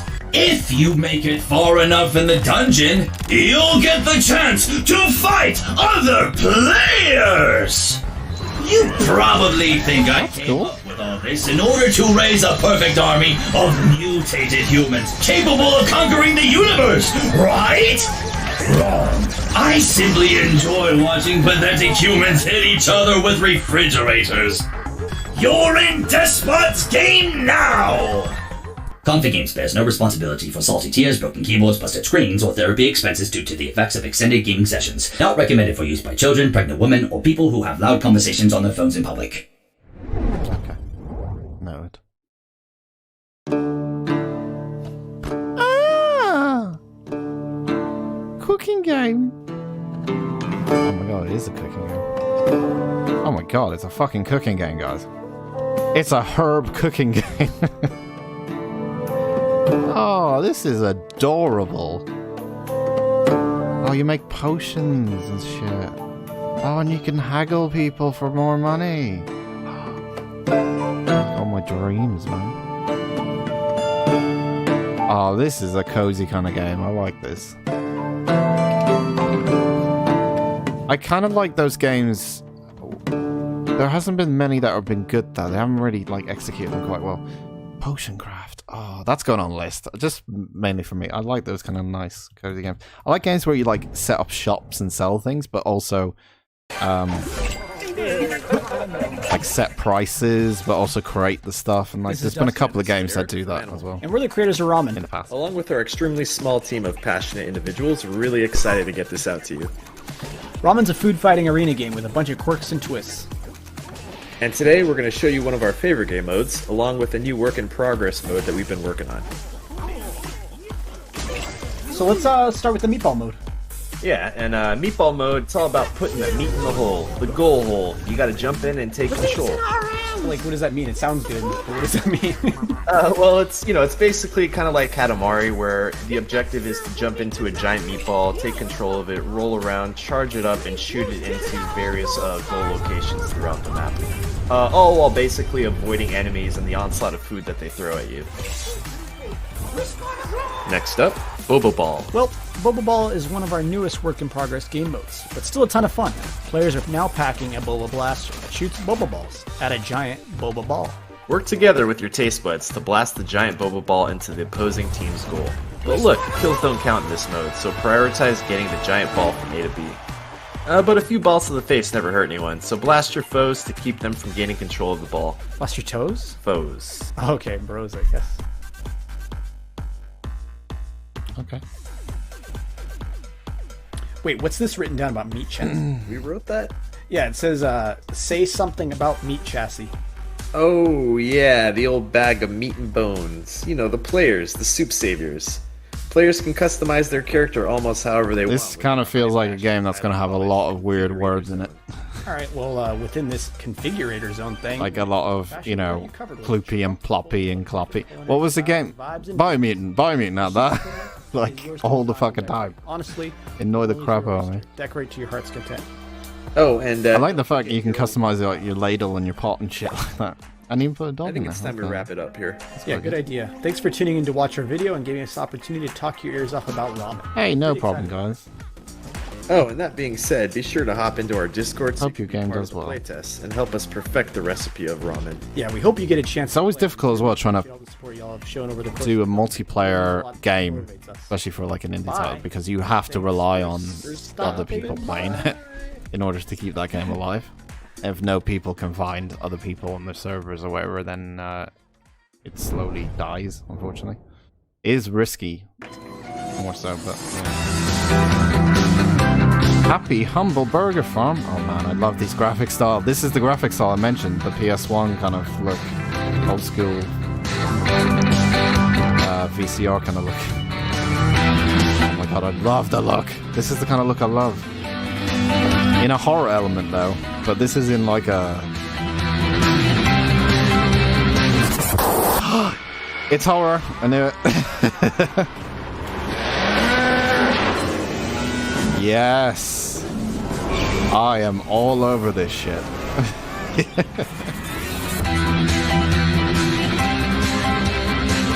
This game is 100% a fast food simulator. I love this art style so much. It's the kind of horror art style that scares me more than actual modern games.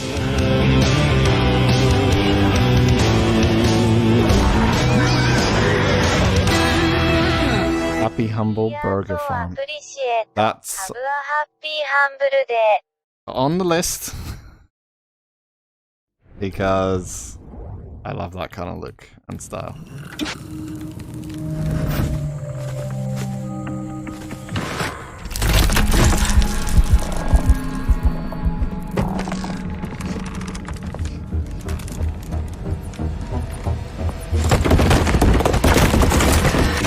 Meet the creepy, AI-driven Mr. Peterson. This character has one mission, keeping you from discovering his secrets. It's Hello, and welcome to Hello Neighbor 2. In this game, you'll be playing as a local journalist named Quentin, who is suspicious guy who likes to chase after kids game. Mr. Peterson. For those new to the Hello Neighbor franchise, this is Raven Brooks, the sort of town where everyone keeps to themselves and goes about their lives. Normally, you would too. The missing children game, yes. And there's you have a long list. I mean, neighbor, Mr. Peterson. I probably only have about 10 games after this. There have been rumors of children going to his But house I wanted to get never at being heard least from about, again. like... Some people say he likes to lock people up in his basement. But no one has any proof. So people just try to avoid Mr. Peterson, his odd house, and ignore the strange sounds coming from his basement at night. You have a feeling that Mr. Peterson is behind all of the neighborhood disappearances. But no one believes in your ideas. So is Hello Neighbor... I haven't followed the franchise that much. So Hello Neighbor 2 is already... You're the only one who believes is something Hello Neighbor 1's out, but has Hello the Neighbor guts 2 to tell the isn't? truth. Is that right? Or When is you Hello break Neighbor into 2 Mr. Peterson's out? house, you'll be going against an AI that is constantly evolving. Our goal for Hello Neighbor 2 is to provide unique Okay, I'm guessing it's not. Hello Neighbor 2 is not out. is an experience that is driven by the community. Mr. Peterson's behavior is a combination of a neural network and algorithms that allow him to constantly learn from his experiences with everyone who plays our game. It begins with the collection of player activity. Mr. Peterson takes note of player behavior, whether or not most players are likely to hide in a closet, use a certain escape route, or certain objects. That's As actually time good progresses code. and he learns, Mr. Peterson's behavior may change and surprise you. How Mr. Peterson plays in one encounter with you might be different from the next, all due to his encounters with the game's community as a whole. In this way, the community's experience with So basically, they'll just make it harder as time goes AI on. that is developed through community actions, Depending what everyone does. playability, and great stories of neighborhood shenanigans.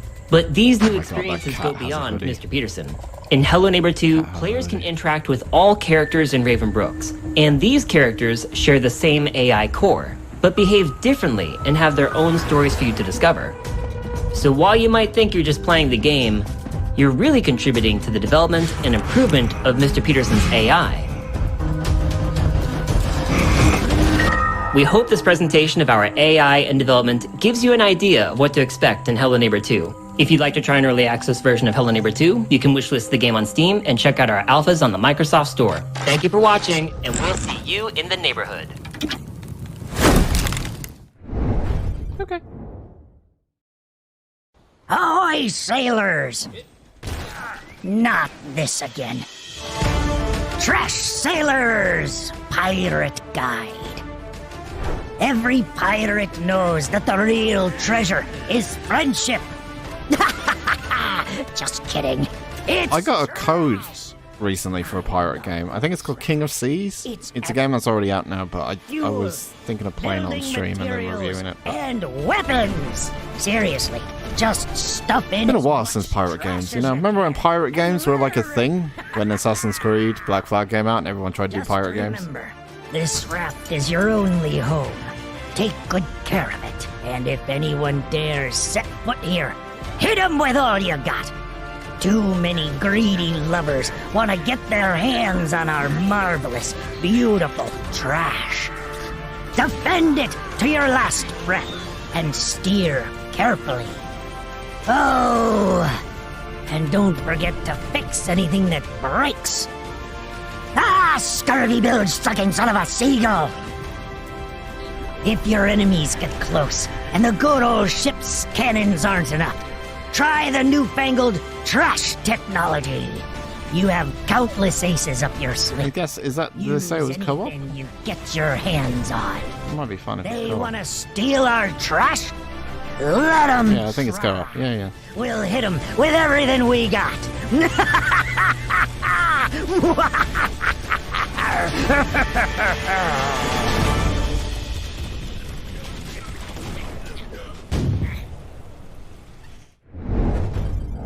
Shout out to Tiny Build. They are Looks like Don't Starve Art Style. some of the Yeah, but titles coming out. Ramen is looking real fantastic. this is from Keeley. I'm not too sure. I didn't see, unfortunately. Finale.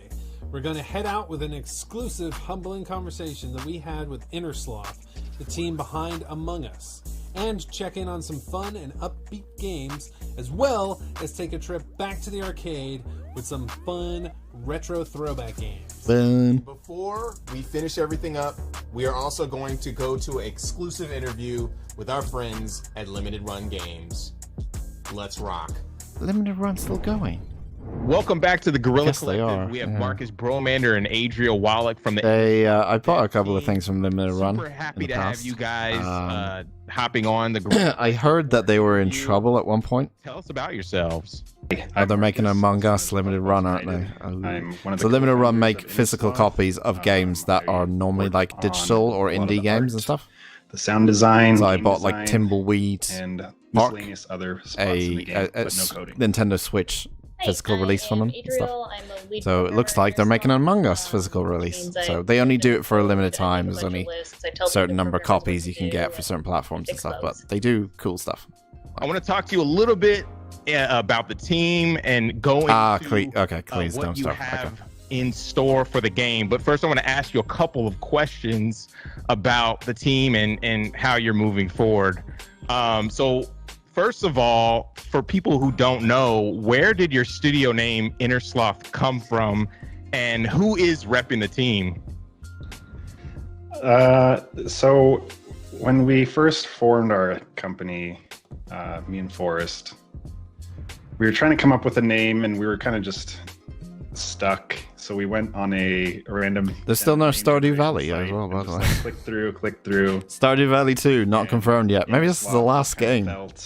If that is a thing. For me, it was like. I still don't know if that's an actual legit thing. Make stuff, but like the inside of me is kind of lazy, it's hard to get motivated sometimes. So that the sloth really stuck to me there. You know, some people think that success is I overnight. like Among Us. They did a trailer when with such a small team on Thursday, and they were showing off like new roles and stuff. I think that's kind of cool. They're basically just going down the if anyone's played Werewolf. I mean, just or any kind of board game like that. People to just adding people like a sheriff or like the third role where someone knows who everyone is, but they can't tell or something. Getting like everyone on the same page is something that's we're still learning. Still going strong, I think. Meetings have to start happening. You can't just tell. I'm used to telling one person and then things go from there, and now I have to make sure to tell. What's our predictions? Any more? I have to learn how. We've only got about what we got. Have it in my head and tell people. That's dope. And you've been like an 10-15 minutes left indie community with helping so out. There's only going to be with the mega booth and then really orchestrating Train Jam and been involved in so many projects. How has it like? I understand. I want to see like a how has it been on the opposite end of indie title that's kind of well known with Marcus and everybody. Getting maybe a team. Sequel or something. That'll be quite nice at the end. It's been fun. It's been fun to be sort of in that transition from the small team to what is quote unquote the larger team now. Not that 8 is huge or anything. Has it finished though? Are we in? Because they sometimes when they finish they go into interviews. Where you could just tell one person one. So I don't know. I'm guessing it's still going on, right? To now it's like interviewing the Among Us guys. Sure, we're tagging all the right people in our work channels and like. But I know when they finish this, they go straight into like interviews with devs and stuff. So. Towards the end of last year, through I assume there's 10-15 minutes left. Innersloth needs more programmers, you know, because at that point it was just Forrest as the programmer, and I was like, all right, I'm in, and then. Yeah, rest is history. But it's been really fun getting to sort of grow the programming team as well and take at least some of the pressure off of Forrest to be the only person doing that kind of stuff and being able to do more output and get things out there faster. So you've had like, you know, notable celebrities. You've had AOC, just mad people. Just realize as soon as this finished, I've got about pop culture, maybe less than 2 hours to get out of the house, run back.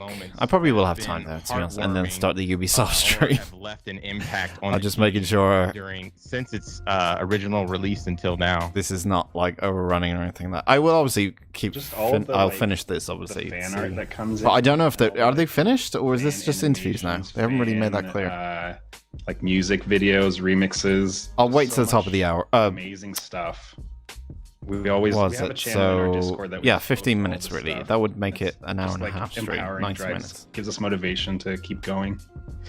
You know, you've really been maintaining the life of the game with. As much as I'd like to hear developers talking about their games, I'm only here for the announcements. What can you share with everyone on Twitch watching during the Guerrilla Collective that is next for Among Us? Yeah, we do have 15 players coming, which means we do need more colors because there's only 12 in the game. Okay. And so we're going to add 6 new colors. I don't know if that's been announced, but huge announcement. Huge announcement, everyone. I feel like we could say that we did at one point have a color named Barf that is not going to be released. So what is that? Like it's like a speckled yellow or something? Like a greenish yellow.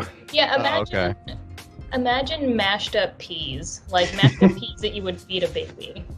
Mushy peas. Like the barf emoji. Just you live in England, we call them mushy peas. We I for one am disappointed that we don't have barf in the game, but make a mushy pea color.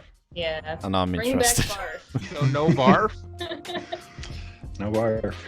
How do you come up with like? Because it seems interesting that you're just talking about, you know, having the barf colors. Guys, is the stream ends? these Guerrilla, or are you just going straight into interviews without telling us? Colors are super hard. We're trying to move away from having colors be the. I literally have to start another stream in 2 hours. So we want to coming more up to into 2 hours. cosmetics.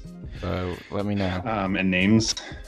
So, but we still want to make them, at least to begin with, make them as distinct as possible. So I have to like pull up all the colors we have, and then think about like. I'll give it 5-10 okay, minutes or so. maybe See, I don't have anything in this I think they zone. might I'll try just something here. go straight into And I interview compare them modes without together, telling us. and it's like this one does look really similar to blue, or like.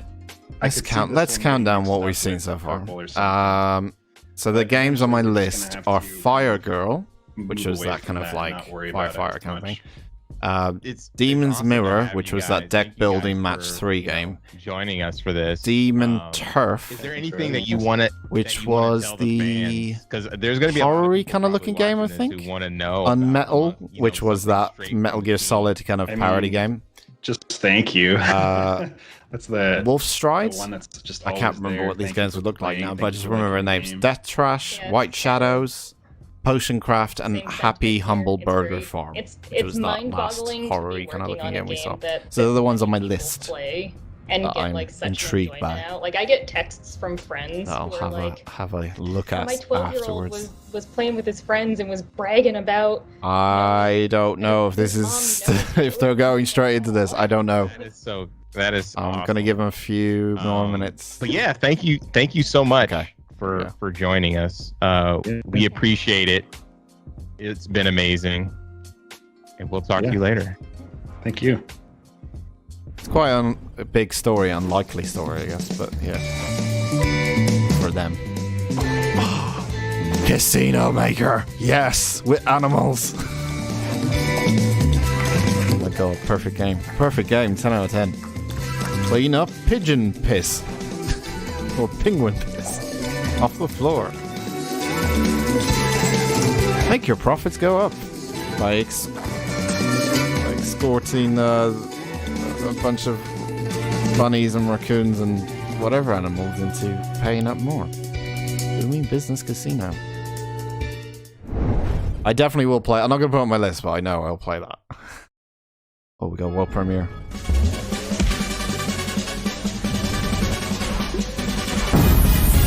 NBA Jam with robots? Alright. Okay. With upgrades.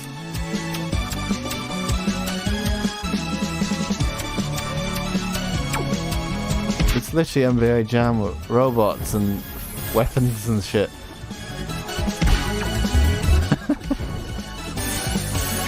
Can you do cool dunks? Oh, you can. Okay.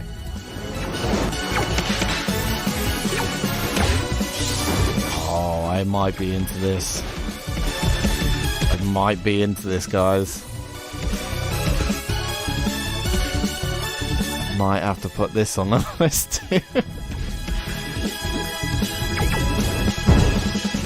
Oh, you can dunk so far away. Oh, this is NBA Jam. Feels a little bit.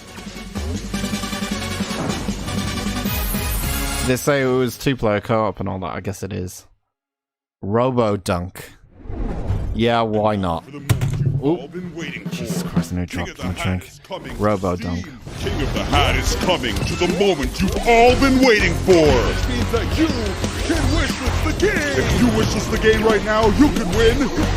You can win a washing machine. Success. And if you wishlist the game right now, you can win a sticker. Damn. Oh my god! Wow! Which is the game? You might be What is the game? You might be able to spin every wheel! Which is the game? Open up Steam, hit the button, do it for yourself, do it to get back at your enemy. Hit the button and win! King of the Hat, which is the game right now? You know when parody goes too far? Have some. What? I get it. It's funny. It's me to do that. But I have no idea what the fuck your game is. Unless you're going to show us. Nope. Okay. Alright, okay, I get it. You're making me kind of trailer. I get it. But you haven't sold it to me. Come on, man. Ooh. Those are nice. Skater girl? Snowball girl? What the hell?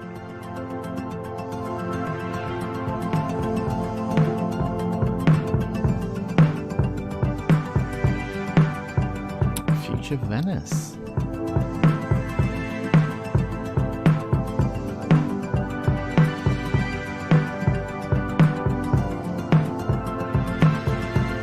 Ah, okay.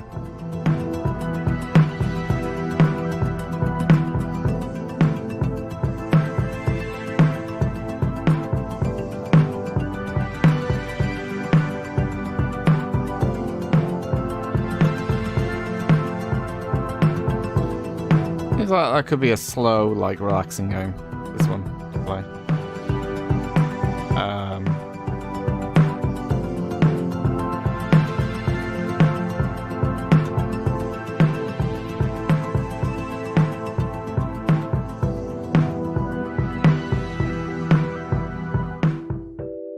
Needs to have a bit more from me though. It just seems to be a bit plain.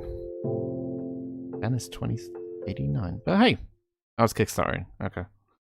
Yeah, not a bad idea.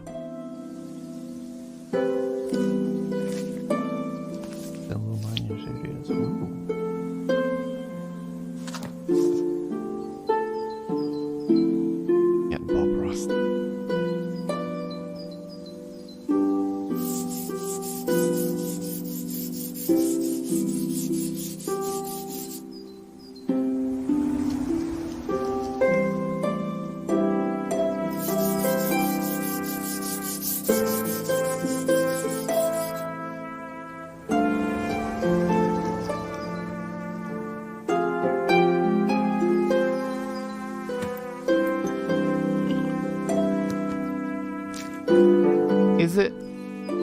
Is it actually painting, or do you just click on things? It looks like you could just click on things. I'm not sure about that. It looks nice, but like it... I don't really know. I guess yeah. Click on certain things with the painting.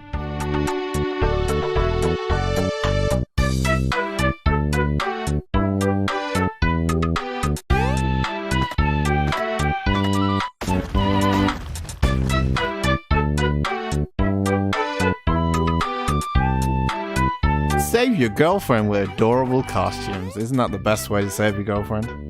In an adorable costume.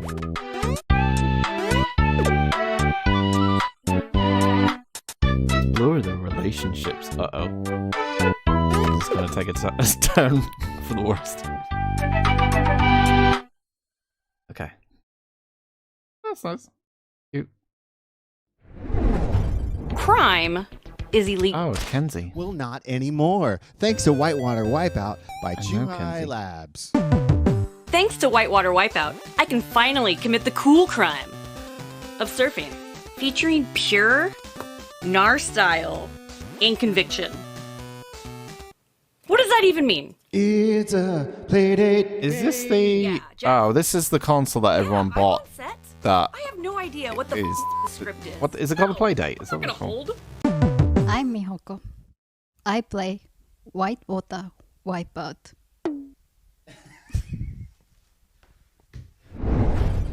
Okay. I have no idea what happened there. Nosebleeds. At King Wash Laundry, we pride ourselves on providing years of garment cleaning excellence. Our customers come for the top-of-the-line deluxe washing machines, but they... Why is there so many washing machines in this stream? Now pick up the clothes and load them into an empty machine. Wait a few minutes, then transfer to a dryer. While you're waiting, make sure to pick up discarded coffee cups and throw them in the trash. Thank you for choosing Arcade Mania. If you want to level up your takings and grow your arcade, just follow our simple 3-step plan. 1. Play your new game and set a killer high score. 2. Now watch as customers drop quarters trying to beat your score while you sit back and make fat profits. 3. Use your takings to buy a brand new cabinet from Arcade. The arcade management thing. To surf the internet, and you can order online. Now just wait for your new purchase to arrive and do it all again. Play, profit, purchase. Play, profit, purchase. Play, profit, pest control, purchase. With these steps, your arcade is guaranteed to grow and expand into a glorious arcade paradise full of our biggest hits. Good luck, and always choose Arcade Mania. Always use the brush for particularly stubborn waste matter. All that remains to be said is, welcome to King Wash Laundry. Arcade Paradise. Okay. Yeah, I kind of like that.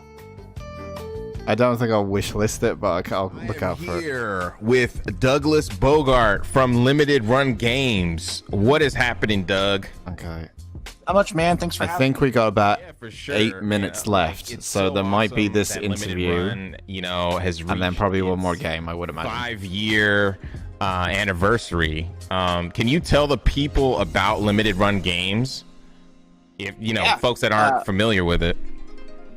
Yeah, so Limited Run Games, we I started the company with my co-founder Josh Fairhurst. We started in October 2015 as a response to his dev company, Mighty Rabbit Studios, having trouble staying in business. We were off a big. I probably have some of these games that you're about to show. So we were like, how do we stay in business? Yeah, I used to buy them to run games, but game on Vita called Breach and Clear, and he was like, it'd be cool to at least preserve this. I think there was some sort of an issue with them once, and I kind of backed away from them a little bit. I think there was like they couldn't get. We sold the game in October, and they weren't releasing stuff on time or something, and people were still waiting for things. And I know they were in. Blossomed from this there. was like a year ago, I think. By Epic, Oddworld. I used to buy before then. Started really pulling in the partners, and we've done like over, I think like close to 700, 800 individuals. Well, it's a cool idea. They just take indie games that don't have crazy, man. Physical releases and like make one of the a limited physical release of for different platforms. Sometimes they do even collector's editions and stuff that you can't get anywhere else. So it's pretty cool. A lot.